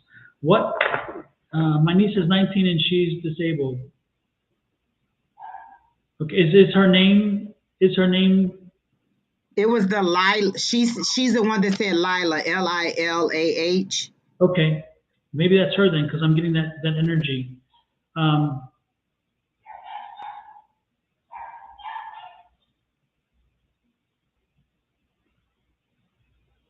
Let me remind me, Sonia, because I'm getting the energy. I'll come back to you. Let me get to Jocelyn, because I've already started the card. So let me get to Jocelyn. But remind me to come back to you, Sonia, if that is the case, because I'm getting energy there. This may be who is coming through. But again, 7 of Wands. The 7 of Wands is rising above. It's like moving forward. It's coming. It's moving on, not just moving forward, but moving on. And again, I don't know if you're like you've been waiting to get something jump started and get something moving, but this is like, okay, you're getting moving. You're finally, something is broken free. Something has opened up for you. And the pessimism that you've been feeling around all this is coming to an end. Again, the pessimism you put to an end. The pessimism also is kind of testing. It's kind of testing your resolve, testing your confidence, testing whatever. The next thing we have here is the 2 of Swords. I love it. So the 2 of Swords is like, you know what? Again, it's like, dude, you have choices, you have control. You have to take that control and take those choices. Next is the Four of Pentacles. And that Four of Pentacles is a good energy to have, especially with this reading, because the most important thing with the Four of Pentacles is that when you feel it, when you see it, Four is the celebration card. It's the card of embracing. It's the card of appreciating where you are and what you've come to. So again, there's a breakthrough coming, a card that's going to, a breakthrough that's going to push you forward. It's going to compel you to see good things ahead of you and to embrace that. And most importantly, you're going to take control of things now. It's like part of you gave up some control, or it gave you, you kind of took a back seat because you're kind of frustrated or whatever, but you're taking control again. And look at this. I love this, the High Priestess. And this is a beautiful card. Isn't that a beautiful card? That is just a stunning card. And I just love every time it comes out. This is from the Gilded Tarot deck. It's different than the rest, but yes, moving on is good. Yeah. So Jocelyn, this is a time for you to again embrace all the power that you are, be in control, and stop letting life control you. This time you take control of life. That's what I'm getting. Do you have anything, Angie? So when I initially read what is coming for me, I got good fortune. Those are the exact words that I heard, was good fortune. And then now they're showing me the Seven of Pentacles, but they're showing it to me in the version where the man planted seeds and then the plant is growing up through a watch on his wrist. And so you've planted the seeds and now the time has come for whatever you planted to spring up. So that's how I'm getting it, is that your time has come. So good fortune is coming to you. Something about being a recluse, like have you been in the house or like, and they're not saying in hermit mode, because in hermit mode, you're in the house and you're thinking back on the things that you've learned. Recluse means you're just kind of being back from people and you don't really want to be in the company of people. So I got the word recluse for you, like you're pulling back, but not in an enlightenment kind of way, in a just too much for me.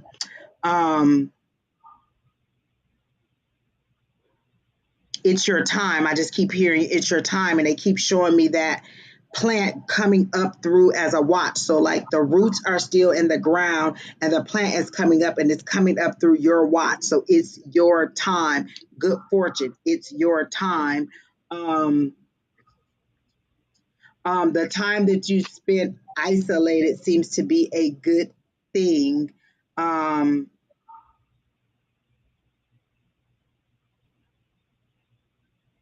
Something about career. I keep hearing career echoing in the back of my head. So where are they going with the career move? Are you moving for your career, or are you going to make a career move? Because they're showing me like a big jump. Like if you were like when they show the kids the timeline, it goes and they want you to know how many decimal points to move. They show you on a timeline when it's a jump, and that's how they're showing me a jump. You're jumping to a new career. So I feel like you're thinking about a career change. And I don't know if you said that, Don, but that's how they're showing it to me, as a timeline jump. They're clearly showing me a timeline and you jumping ahead. And I hear career. I've been a recluse. Yes. Okay. They are saying that you have been a recluse, but not in the enlightenment, just in a stay out of my space type place, like in a, not necessarily an angry type place, but just back off, back away. Let me be me. So it's not lessons that you've learned, it's that you're trying to figure something out. Like, just back off. It's too much is how they're showing it to me. But career jump is what I see, and good fortune, and it's your time. It's coming up through the watch as your time. So good fortune is coming, career move is coming. So good things. And that's it. Super. Well, hopefully that was inspirational, enlightening, and more importantly, useful. You're looking for work. It's coming. It's definitely coming. But I hear career jump, like it's going to be a jump. Like they're making it, like I hear leapfrog. So you're going to leap over some obstacles in order to get to this point. Like it's a big jump. Like you're jumping several spaces. A big jump is how I see it. And that's it. Super, super. Next in Flores, Sonia Flores. Again, reference to the. You said it was a niece, right? The niece, and she's the disabled one. And 19. Okay. And again, she was the one. She may be the one I'm getting the energy for. I'm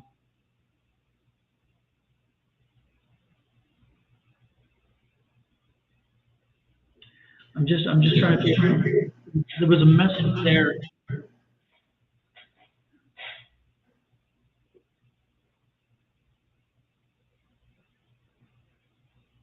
I don't know. It's like yeah. I don't. I'm not quite sure I understand it.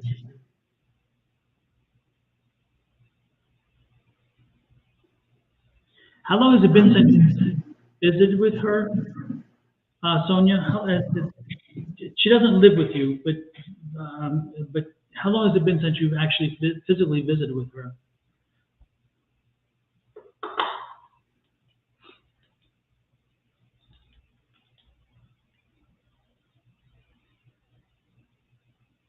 You're welcome, Jocelyn. Again, Sonia, how long have you visited with your niece? My niece, brain damage, doesn't speak, see, smell, walk. She can't do nothing for herself. She can only hear. But she wasn't like that. First 5 years of her life, she's been like that for 14 years. She was a normal little girl.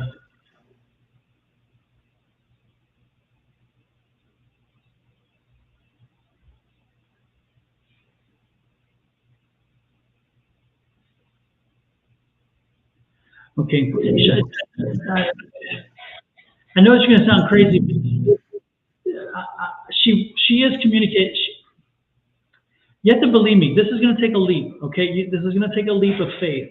But you are here already, so I think you must be open to the leap of faith. She is communicating, but she's communicating with her mind. She's communicating with her spirit. The spirit's there. The mind is there. It's just that we are not. We are held. We are sometimes held captive by our understanding of our senses. Okay, and so we think if we hear, we have to hear to hear. We have to see to see. You know, we have to, and we have to speak. We have to speak. And I'm trying to tell you this: when you speak with her, when you visit with her, always speak to her as if you would speak to anyone else. And always make sure that you're just having conversations with her because she is there and she's hearing you. She does hear you. She does communicate. She is. And I would ask you to do this, is that when you walk into that room, before you walk into that room, I need you to go to a space wherever you can and connect to your spirit. Connect to your spirit and tell your spirit, I want to know how she's responding. I want to hear her. I want to know. Now, you may not hear what she's saying, but you will hear it here if you open yourself up to it. You may not be able to see what she sees, but you will up here. I am claircognizant. I don't necessarily see spirits, but I know when they're here, and I get the download. So what I'm telling you is she is communicating. You have to open yourself up to it, and your family can do the same. But before you go into that room, make sure that you tell Spirit, be with me today. And this has to be verbalized too. Don't pretend I'm going to think about this and play the Spirit should know. But no. I'm telling you to verbalize this. Tell Spirit that I need you to help for me to connect and hear what she's saying, to let her speak with me, to let her communicate is a better way, I guess, of saying it. Treat her, absolutely treat her as if she's normal. Speak to her like anything else, but listen, because apparently, again, when you're there, when anybody's there, they have a tendency to see her in this state, and you're thinking, well, it's not. I don't have to listen because I'm not going to hear anything. You do. You do hear things. You will get things. And so open up your mind to it. Also, when you walk into that room, dismiss your disbelief. And this is the hardest thing to do. Put your ego aside and dismiss disbelief. Because it's not relevant in your life does not mean it's not relevant in her life and her situation. So when you walk in the room, if you get a download of information that makes a little bit of sense to you or no sense, but yet somehow triggers an event or something in your head, know that it's spirit again talking to you. Her spirit's talking to you. She's there. She's communicating. She wants you to know that she hears you. So continue to talk to her, continue to communicate with her, and do your best to listen because she is trying to communicate back. Okay, that's the message I'm getting. And she kept coming through clearly. So I'm so glad that you were meant to be here and to find that, because she was coming in and was meaning for it to be heard. And it's interesting that she wanted it at this point, so she must have known that you were coming in at a different time. I don't know. The point is that know that she's there. Okay, know that she's there. She is. Her mind is still working. I don't give a damn what medical science says. Her spirit's there and it's working. Okay, and I will send you love and light and prayers. And again, open up to her. When you see her tomorrow, talk to her and communicate as if nothing ever happened. But listen this time. Before you go in, make sure you tell Spirit, help me hear it. Help me communicate with her. And then listen. When you speak, listen to her. Listen to see what comes back. I think you're going to be pleasantly surprised. Anything else to add, Angie? I was reading her comment.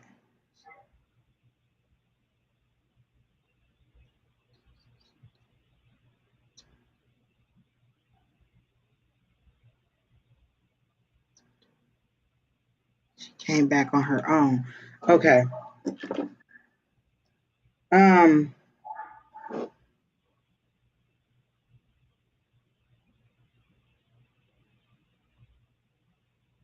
Like there seems to be a specific message, like you're saying, Don. She can't communicate, and she has a specific message to give to them. I want to say, like, gosh,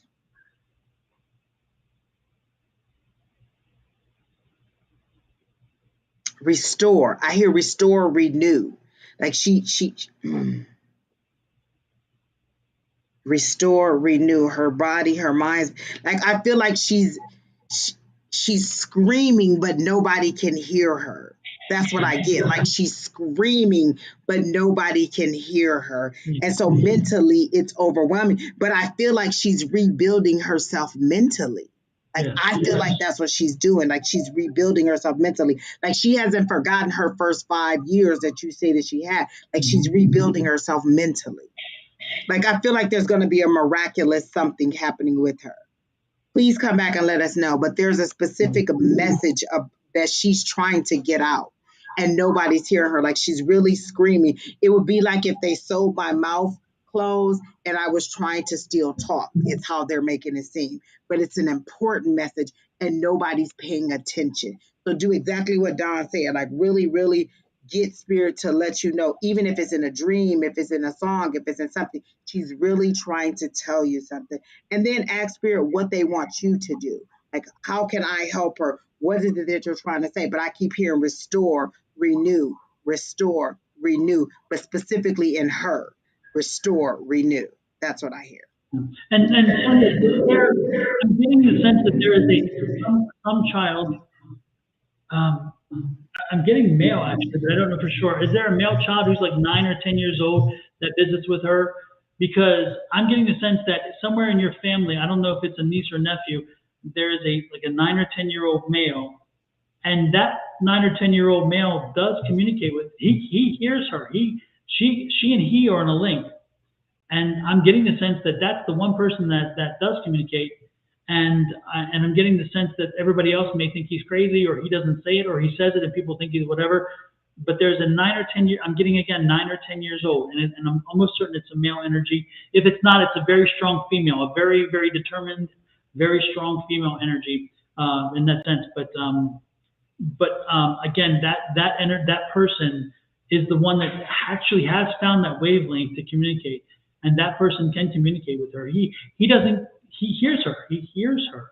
And again, I'm thinking it's a boy. I'm almost certain it's a boy. And again, it's about 9 or 10. And again, I'm not great with sizes because my boys are so tall, and I don't know. I mean, so they were always tall, and I have no common sense when it comes to actual ages. But I'm sensing it's that area. But don't be surprised. That young man does talk to her, and he hears her. He hears her. He's got that connection. So Anyway, you say doctor said she wouldn't live more than a year, and it's been 14 now. My sister and my family never gave up, and never should. He's 10 years. That's the one. I'm telling you, I know what I'm talking about. So don't be surprised. Have the conversation with him and try to figure out with his wavelength, because if you connect with his wavelength, if you get your energy level to that, again, you just have to raise your energy level to the point where it can communicate. So before you go into that room, but before you go into the hospital, turn on some music that will get you beating. Turn on disco music. Turn on something that amps you up, so you get your energy up, your vibes up, because your energy level has to be higher to raise that level to connect with her. So again, put on some really poppin' music, something that's going to get you dancing in the streets or whatever. But do that. She wants to communicate, and she believes you're the one that can do it with her. So let us know what you find out. And blessings to you and your family, and blessings to her. She's not ready to go yet. She still has some things she needs to get off her chest first. Whew, that was a strong one. Next one, Devin Rogers, relationship reading. Devin Rogers. Devin, are you here? Are you still here? Jeez whiz. What an energy.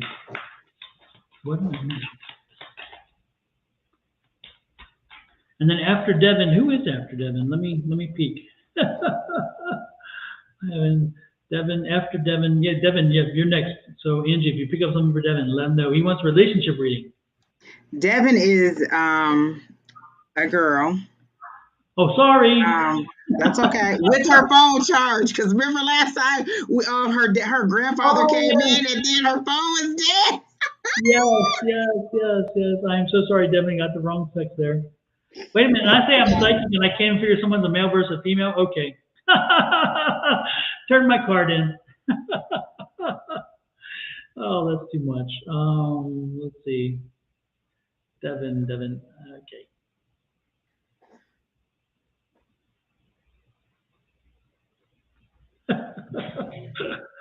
Oh, jeez.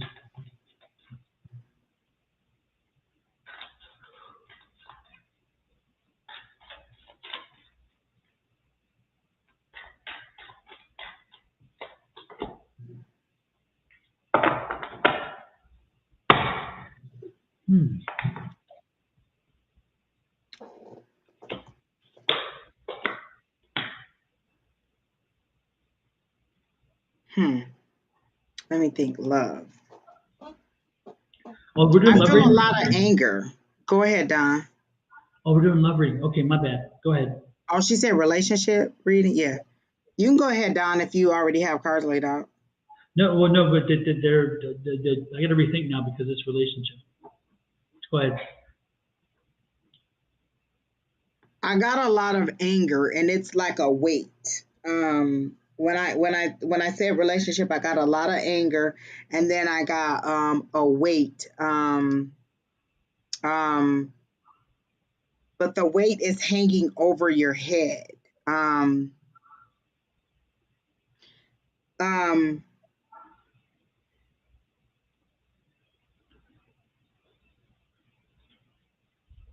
And this is spirit, not me. This is exactly what I'm hearing. You're not open to love because you're still so hurt by love. And this weight is always sitting over your head. You're not carrying the weight, but it's over your head, and you're always afraid that you're going to be like it's going to fall on you, and it's going to knock you out, or it's going to knock you off of your game is the word that they're using. So you're not open to love not because you're not ready to be in a relationship, but because you're carrying this baggage or this weight, and they're literally showing it to me as a weight, a huge weight, not baggage, but a weight that is dangling above your head, and you're always afraid that if you get in love, it's going to drop and it's going to knock you out or knock you off of your game or off of your progress. And then I feel a little bit of anger. Anger isn't your isn't your primary thing, but you still have a little bit of resentment. And until you pass that resentment, you're not, like they're saying, you're not going to move, like let it go. Literally, I hear the song from Frozen, Let It Go. Don, it's your favorite song to sing, but I hear that, let it go, let it go. But this weight is always over your head, just sitting over your head, just like this. And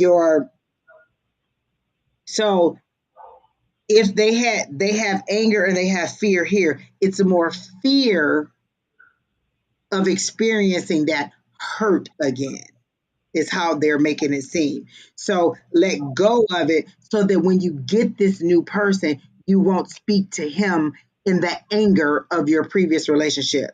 You know what I'm saying? Like you see things and you see it in the anger of the previous relationship.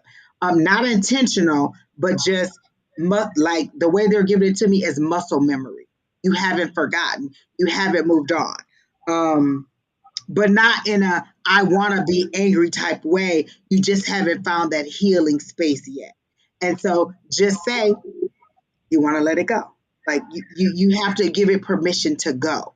You have to give it, like you felt it. Like, you know how they be like, oh, you got to feel it? No, you've already felt it. You've already walked through it. You have to give it permission to go. You have to tell it to go. Like, be okay with it going. In your prayers, I want healthy love. Don't say I want to let go of the hurt and pain. I want healthy love. That'll take care of everything else. I want healthy love. I want a healthy relationship. Positive speaking into your future, because I see it, but it's so far away, because they're saying if you get it now, you'll destroy it. So you'll get it and you'll destroy it, not by loving it, but by putting a different face on it. Like, this person may do one thing that's not what you want, and you immediately shut down. You immediately remember the pain. You have muscle memory from the pain.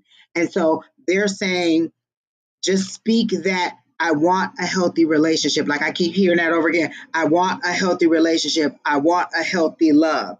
Say that romantically, and just saying, I want a healthy love. I want a healthy relationship, and say that, and that'll that'll take care of everything else. You won't have to say, I want the pain to go. I want this to go. Speak life into your future, and then it'll dissolve everything else. Like, when I say this, I see everything else being dissolved into healthy relationship, like all of those other things disappearing and dissolving. And they're saying, speak healthy words.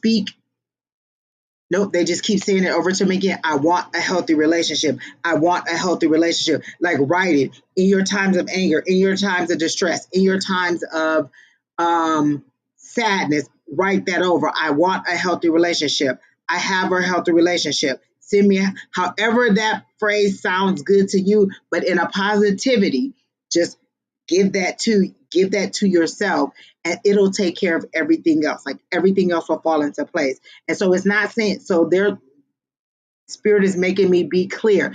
They're not saying it's not coming. They just don't want you to destroy it if they give it to you now. So speak that, and then it's right there. Like, it's like a long hall. It's not even like a tunnel. It's a long hall. Like, I can look down the hall and see it, and I just have to walk to it. And so they're showing me that poltergeist scene where, you know how she sees that hall and she's running, and the hall seems to get longer and longer and longer and longer, because you're not ready to get to the destination yet. And so speak this positivity, change that mind, and then it'll take care of everything else. Everything else will move forward for you in positivity. Okay, Don, you can go ahead.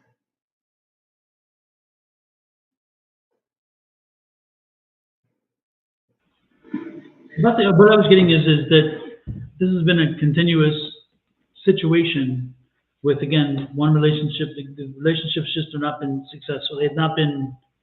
They haven't been as productive as they could be. Again, it's Part of it's choosing the wrong person. Part of it's choosing for the wrong reasons. It's a whole magnitude, whatever. But the point is, there's many reasons. But the most important thing is you got to own your power. Once you own your power, once you understand your power, your strength, then you will. Hold 1 second, okay? While Donna's doing that, I'm not getting that.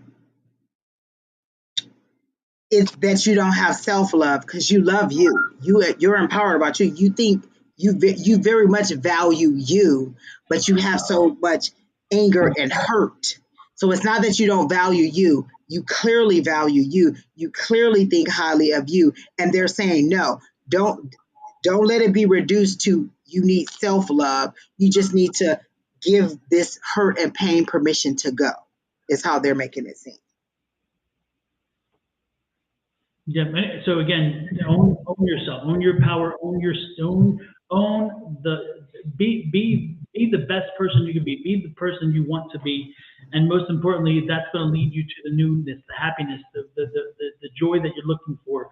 But it all starts and ends with you. So again, take control, because you got to break the cycle. You got to break the cycle, and you have to start taking control and making the right choices. And part of the choice, and again, it's not as though you're making bad.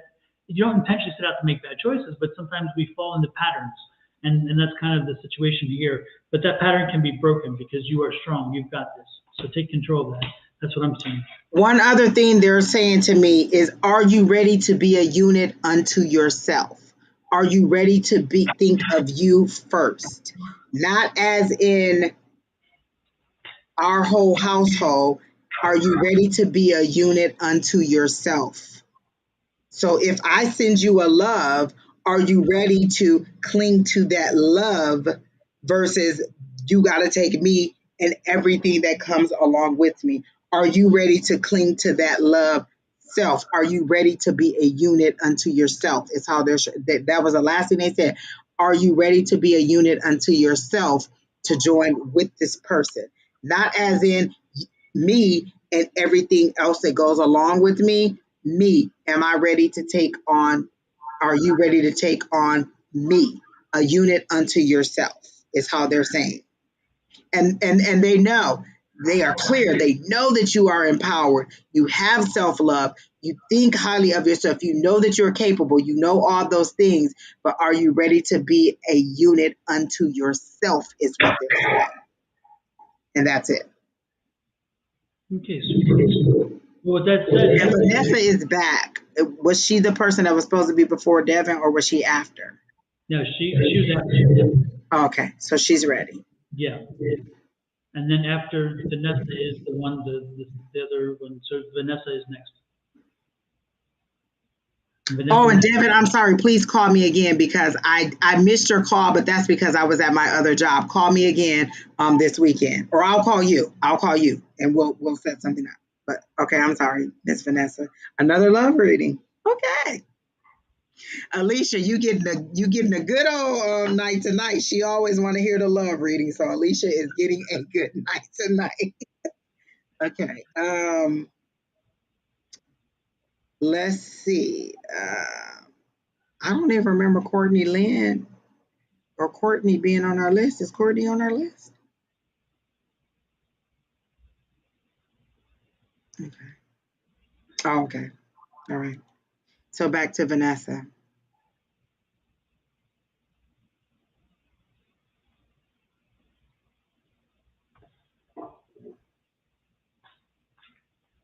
Thank you. Nice to see you. Nice to be here.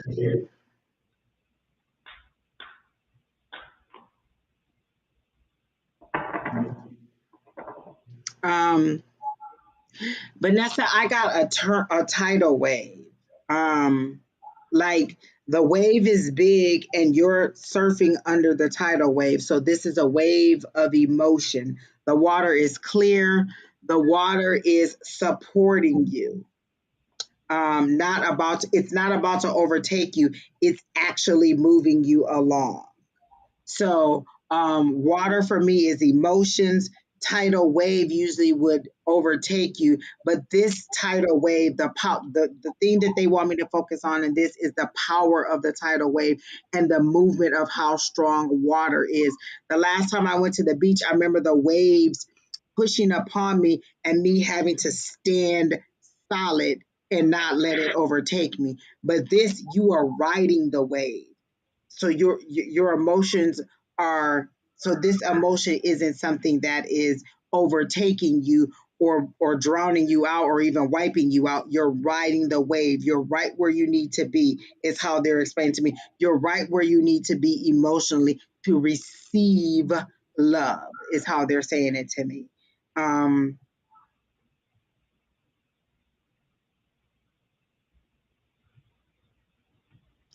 The thing they're saying is no longer damaged goods. Like, you've come to the point where you've recognized, I'm no longer damaged goods.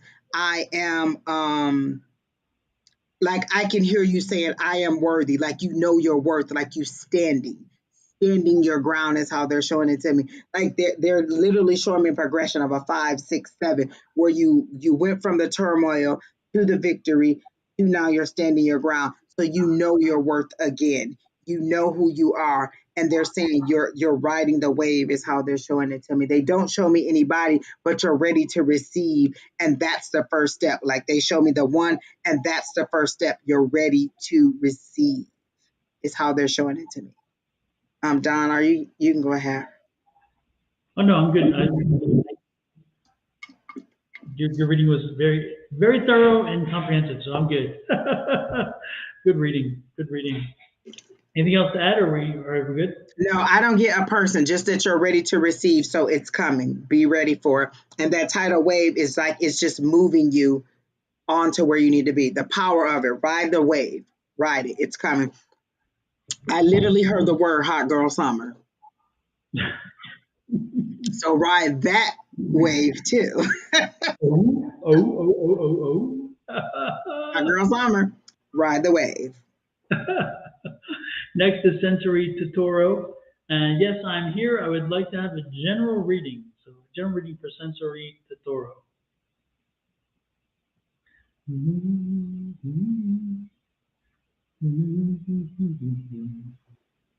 Do you work with children, autistic children, Sensory? Like, I feel like that you picked that for a reason. Like, do you work with children who have some kind of developmental disabilities? Like, I heard the word and saw the actual word autism. So I feel like you work with children who are autistic, and you really enjoy it. Like, I got a joy out of it. Oh, you have autism. Okay, got it.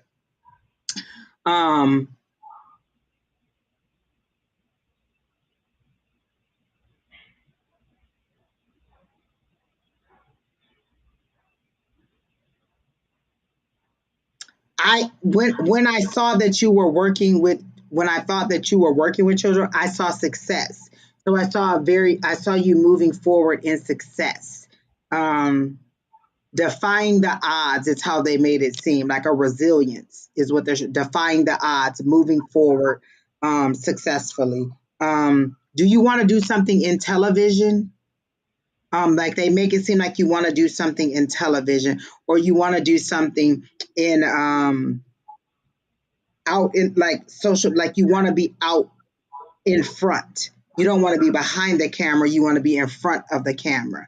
And it's a yes. It's a yes. Whatever it is that you want to do, I heard it's a yes. You know, you don't think of yourself as limited in any way. Ellie Nicole, no, ma'am, you are not on the list. We closed the list a good while ago. So, no, ma'am, you are not on the list. We closed the list over an hour or two ago. We've been on since about 6 o'clock. So, no, ma'am, you did not make it to the list. Okay, Keena got it. I'm sorry. I've always wanted to be on big. Okay, it's a yes. Whatever it is that you want to do, it's a yes. And they're saying you're about to catch that. You're about to catch that wave of. What they're showing me is, like, I've been watching Lifetime TV, and me and my friend Coco were just talking about this. how they've had a lot of individuals. They're really highlighting special needs. You know, like there's a lot of their love interests or stars of their movies are in wheelchairs, or I think they had a couple. They had one where someone had Down syndrome. So you're about to catch that, and I don't want to say wave again because I used it on the last person, but literally that's what they're saying. You're about to catch that wave of them incorporating individuals with some kind of special needs in there. So it's a yes. Like literally, whatever it is that you want in TV is a yes. Go for it. You will get a positive thing, and it will not be a negative thing. Like literally, they show me Big Brother now that you've said it, and the votes, like you getting the votes, or however it's supposed to go, you getting the votes, and not because of sympathy, but because you have a nice. I feel like you have a very warm and inviting personality, and I do see you getting in there. Like do you have you tried to apply? Like I see you seeing some kind of ad, or you seeing something saying, hey, do you want to be on Big Brother? You call the number and you get in. Like I definitely see you being on it, definitely. And they keep, and I'm starting to believe that when they show me 2024, that means that it's to come, like it's a future thing. Not necessarily that it'll be in 2024, but that it's a future thing that is to come.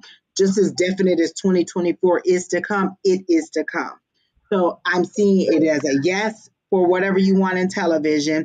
I'm seeing it as a you hit it right in that sweet spot, right where they're looking for individuals to spotlight and show that they have diversity in more than just sexuality and gender. Now they're dipping into, okay, special needs. So you're catching that wave right in there, and you will be able to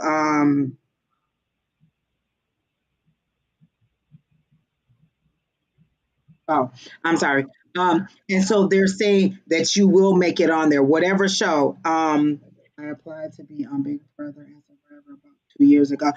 I'm seeing you seeing it again because you're right in that sweet spot. They want me to make sure you know that it's clear. You're right in that sweet spot when this is what the networks are looking for. And so try it. Pay attention. They're literally showing me the lifetime special. And I promise you, I had this conversation with my friend Coco yesterday where we talked about them incorporating more individuals and more special needs individuals. So you're going to be right in there, right on time. When you see that ad or when you see the advertisement to call in, call. You'll be right in there. And then let me know because we want to support you in this endeavor online, but you'll be, I literally see it as a yes. Like I saw the autism, I saw the yes, I saw the TV. You'll be okay. You're going to move forward with it. It's a yes, definitely. Fantastic. Sounds like a great opportunity. You need to keep us informed. If you get on there, make sure that you tell people where you heard it first. Listen, we're going to cut this clip, or you tell them to come back to this clip because we said it and you're there. And then you're going to have all the support from our community and everybody else. And then tell Oprah when you get on, you tell Oprah that we said it and we're ready to be on TV too. So look, we working together. If I get on Oprah, I'll tell them about you. When you get on Big Brother, you tell them about us. Working together. Exactly. Yeah, pay it forward. Pay it forward. Next in line is, where is it? Darn. Keena just told Melanie. us. Melanie. And Melanie, do we know if Melanie is doing a specific or a general or what? Melanie, are you here? And if you are is it a specific or general, Melanie? I remember that name, and I don't know why. And next after that is Divinely Guided. Divinely Guided, are you still here? I remember Divinely Guided. It was about seeing her grandmother. What was it? Mm-hmm. She's been thinking or getting energy from her grandmother Fanny, and she wanted to know if we saw anything. I remember reading her question specifically, but I don't remember. I'll see. There's Divinely Guidance, but I don't remember Melanie. Well, let's move on, and if Melanie pops in, then we'll go back to her. So go on to Divinely Guided. Okay, Keena just posted her entire question. Whose? Divinely Guided. Okay.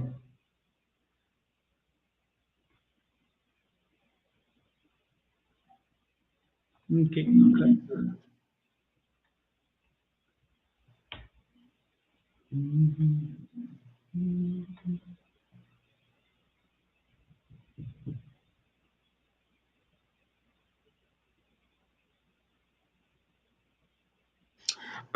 I don't get her energy, but I do get an energy of kind of like you're relaxed, but not totally relaxed.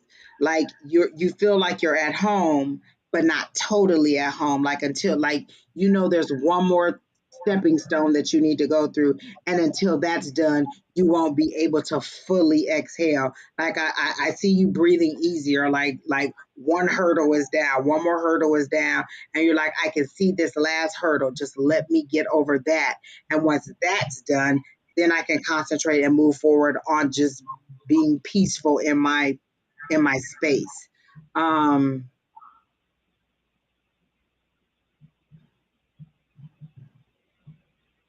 and it's weird because even though I said hurdle, what I hear is that hurdle is healed. I didn't hear that hurdle has been like you've overcome it. I heard that hurdle is healed. That was the word that I heard. That hurdle is healed.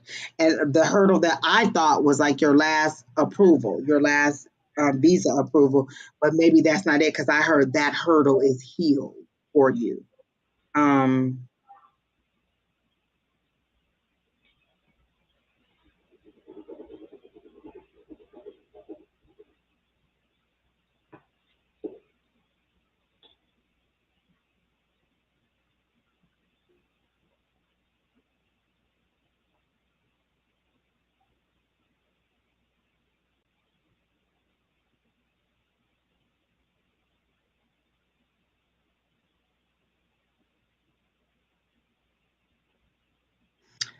when I ask about your grandmother, or your great grandmother, I get, and these are the exact words I hear. Um, if you're looking for answers, you're looking in the wrong place. You need to go within. All your answers are within. You can see from within, and then it's shown to me as like cosmic atmosphere, like not like the regular world 3D that we're in, like the cosmic, like all the answers you need are in there. But and this is what I hear, but be ready for the answers that you receive. Like, are you really ready for the answers that you're going to receive? Is how I hear. Are you really ready? Go within, and you'll get all the answers that you want to receive. Is how I hear it. Go within. Um,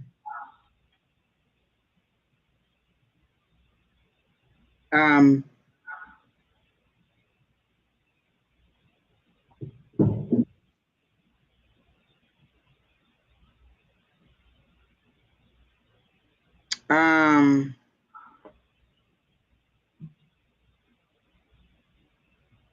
Go within. That's all I hear is that the answers that you, but be ready. That's clear. Be ready for the answers that you're going to receive within. Like, and like, don't concentrate on it. Let the meditation or let the go within happen. Sit in your silence and enjoy it. Don't try to don't try to get into it. Let it happen. Like they show you maybe reading a book or doing something else, and then it comes upon you and you receive it.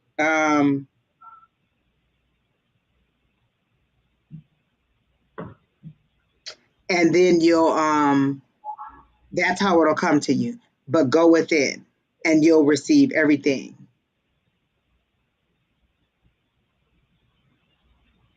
Um, First of all, they're saying you're too tired right now.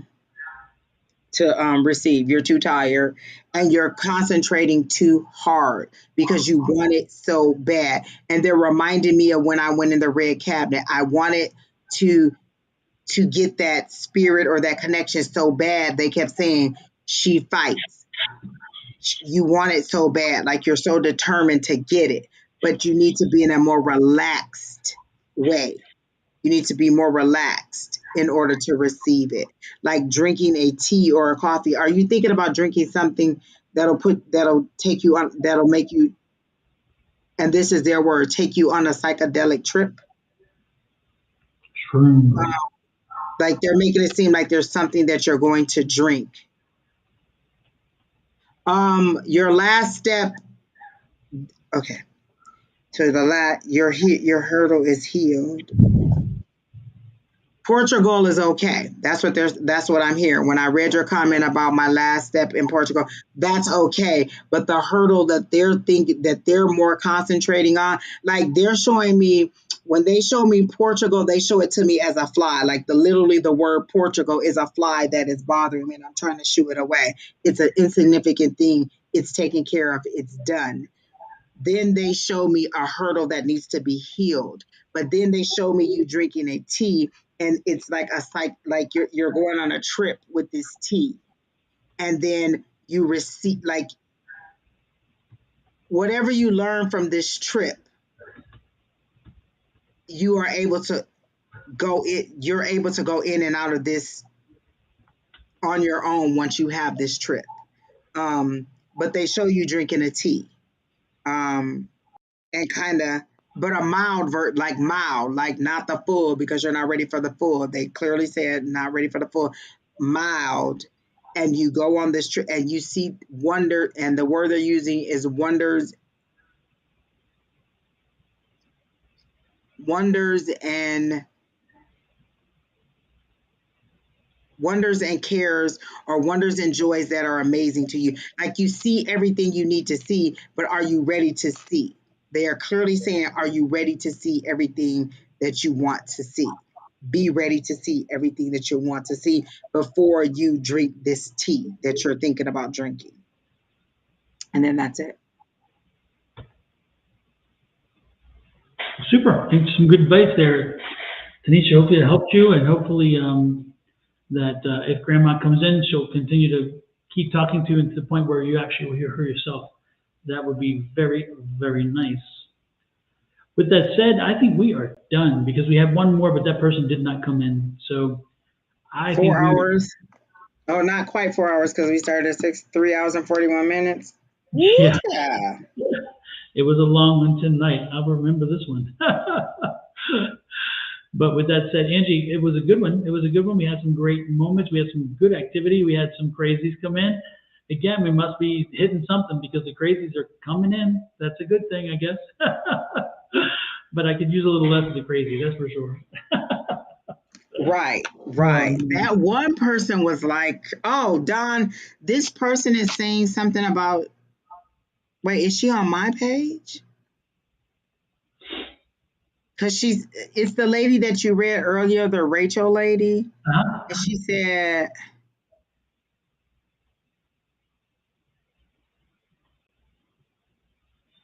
oh, she said you already know. Okay. It was about somebody saying that they made a comment on your page, or they were wondering if they had been blocked. Yeah, I'm trying to go through how to look at the people that have been blocked because I don't know how to do it, and I'll look and see if she is on that list. I may have inadvertently done it when I was going through getting rid of the little irritating people that were popping in. So I'll look it up for Rachel McGannis. Is that what it is, McGannis? I'll look it up and see. I'm looking up, trying to find a way to do it. And if I can and you're there, I will unblock you because I did not mean to do that. But I was busy blocking others, and I guess you got caught. But no, she was still able to comment on you. Oh, no, she's commenting on my page. Okay. So, yeah, I'll try to find. It said look under settings, but I don't see a settings thing. So I don't know. If anybody out there knows, can you type real quick and tell me how to do it to look for settings? Okay, let me see. I see add to story, manage, search, activity logs, invite, switch pages, page and tagging settings. Maybe that's it.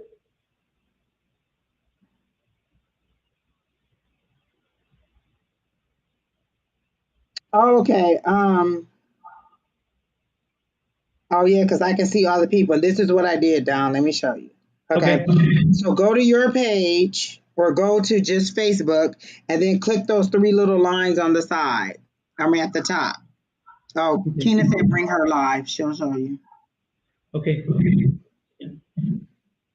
But then if you click those three little lines and then you go into settings and privacy, and then you scroll down to settings and privacy again and click settings and scroll down, you'll see blocking. Yeah, that's what I was just going to say. It's under privacy. It's under Yeah, privacy. privacy settings and tools. Is that what you're looking at? I'm actually on the Facebook page and then click those three little lines on your Facebook page. I don't see three lines. Maybe I'm in the wrong place. Where it takes you to like, okay. All right, so this is my Facebook page. Three dots, is that what you're saying? Oh, it may be three dots. Mine is three lines on my phone. Okay. And then it says settings and privacy. No. It's under your profile and then it's in settings. And then it's under privacy. It's under profile, you say? Yeah, it's under your profile. And then you have to go to privacy and I see posts, about, mention, reviews, followers. Nope. Oh, where it says edit profile? No, that's not what you want. I see edit page. But that's not going to do the same thing, right? Don't go to your page. Just go to like Facebook and just general, like your general Facebook, not specifically your page. Okay. And then across the top, it says it has like the little home, and then it has a bell, and right next to the bell, it should be three little lines. No, I don't have that. I think you need to edit the page.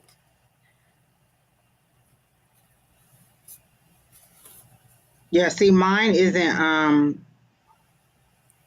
I'm not on my page. I'm just in, like, if I just go to Facebook and it's just general Facebook and I can see everybody's comments, not just mine, then that's the page that I'm on. And at the top, it's a little, basically you need to go into your settings and privacy. And then when you go into there, go into privacy. Where is this? What did I say? There we go.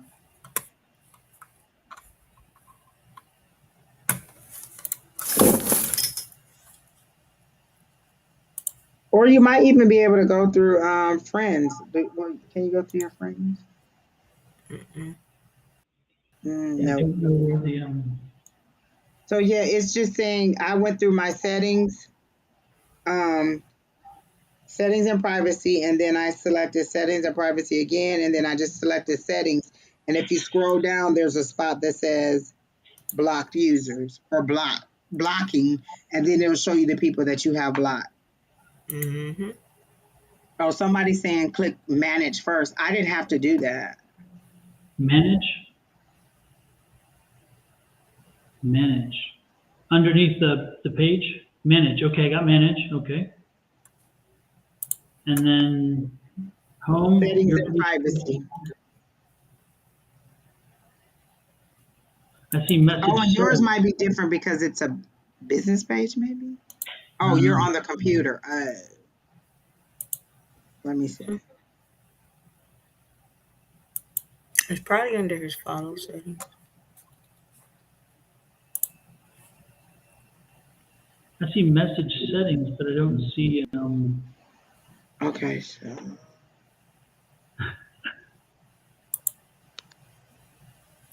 Oh, okay. So I'm on Facebook now, Mama, and then right in the corner where the bell is, there's like an upside down triangle in the top right corner. No. Do you see your picture? I see my picture. And then there's like a lightning bolt and a bell, And then the last thing is that it says your profile. No, it shows it shows my profile and then a bell and then like 9 dots with a menu kind of thing. Okay, click where it says your profile. Okay. And then it says settings and privacy is the top of the list. Okay, I got that. And then click settings again. Okay. And then on the far, nope, that's not it. I think you should have On went the to far privacy. left, it says blocking. I don't see blocking. I see. On the far, is your menu on the left settings, and then it says general, security, privacy, Facebook. Mine says Sonoran Mississippi, privacy, new page experience, notifications, linked accounts.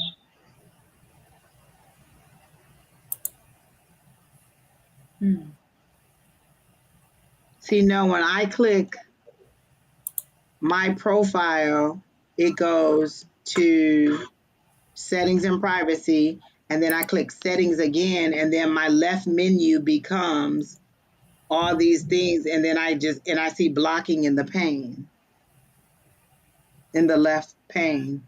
So maybe it's different because you have a business page.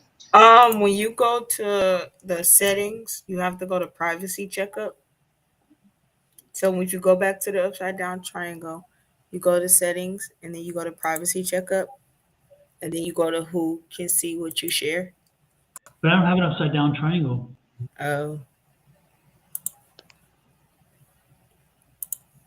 So I don't know. Oh. Blocking. Oh, I see something of blocking here. Yeah. Click that. Okay. And then it should show you who's blocked. Mm-hmm. See all blocked users. Okay, here we go. Rachel McCann tip. I blocked her. Sorry, Rachel. You are. But we still love you, Rachel. Yeah. So you're unblocked.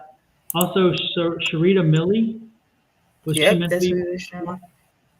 Was she meant to be blocked?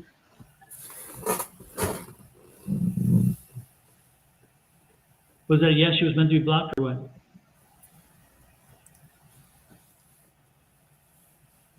Yeah. So. Okay, there's a number of people I blocked. Holy moly! I'm hoping they were all. I was like, you get a block, you get a block, you get a block. I know. I'm like, oh my god. Oh, perfect. Yeah. I cannot believe y'all. Ooh, what a night, y'all! What a night. Yeah. Well, thanks for showing me how to do that. I don't know if I could find it again, but at least I found it one time. Oh my goodness. It has been a long one. Hopefully everybody didn't go to sleep on us. Thank you all for staying with us as long as you did.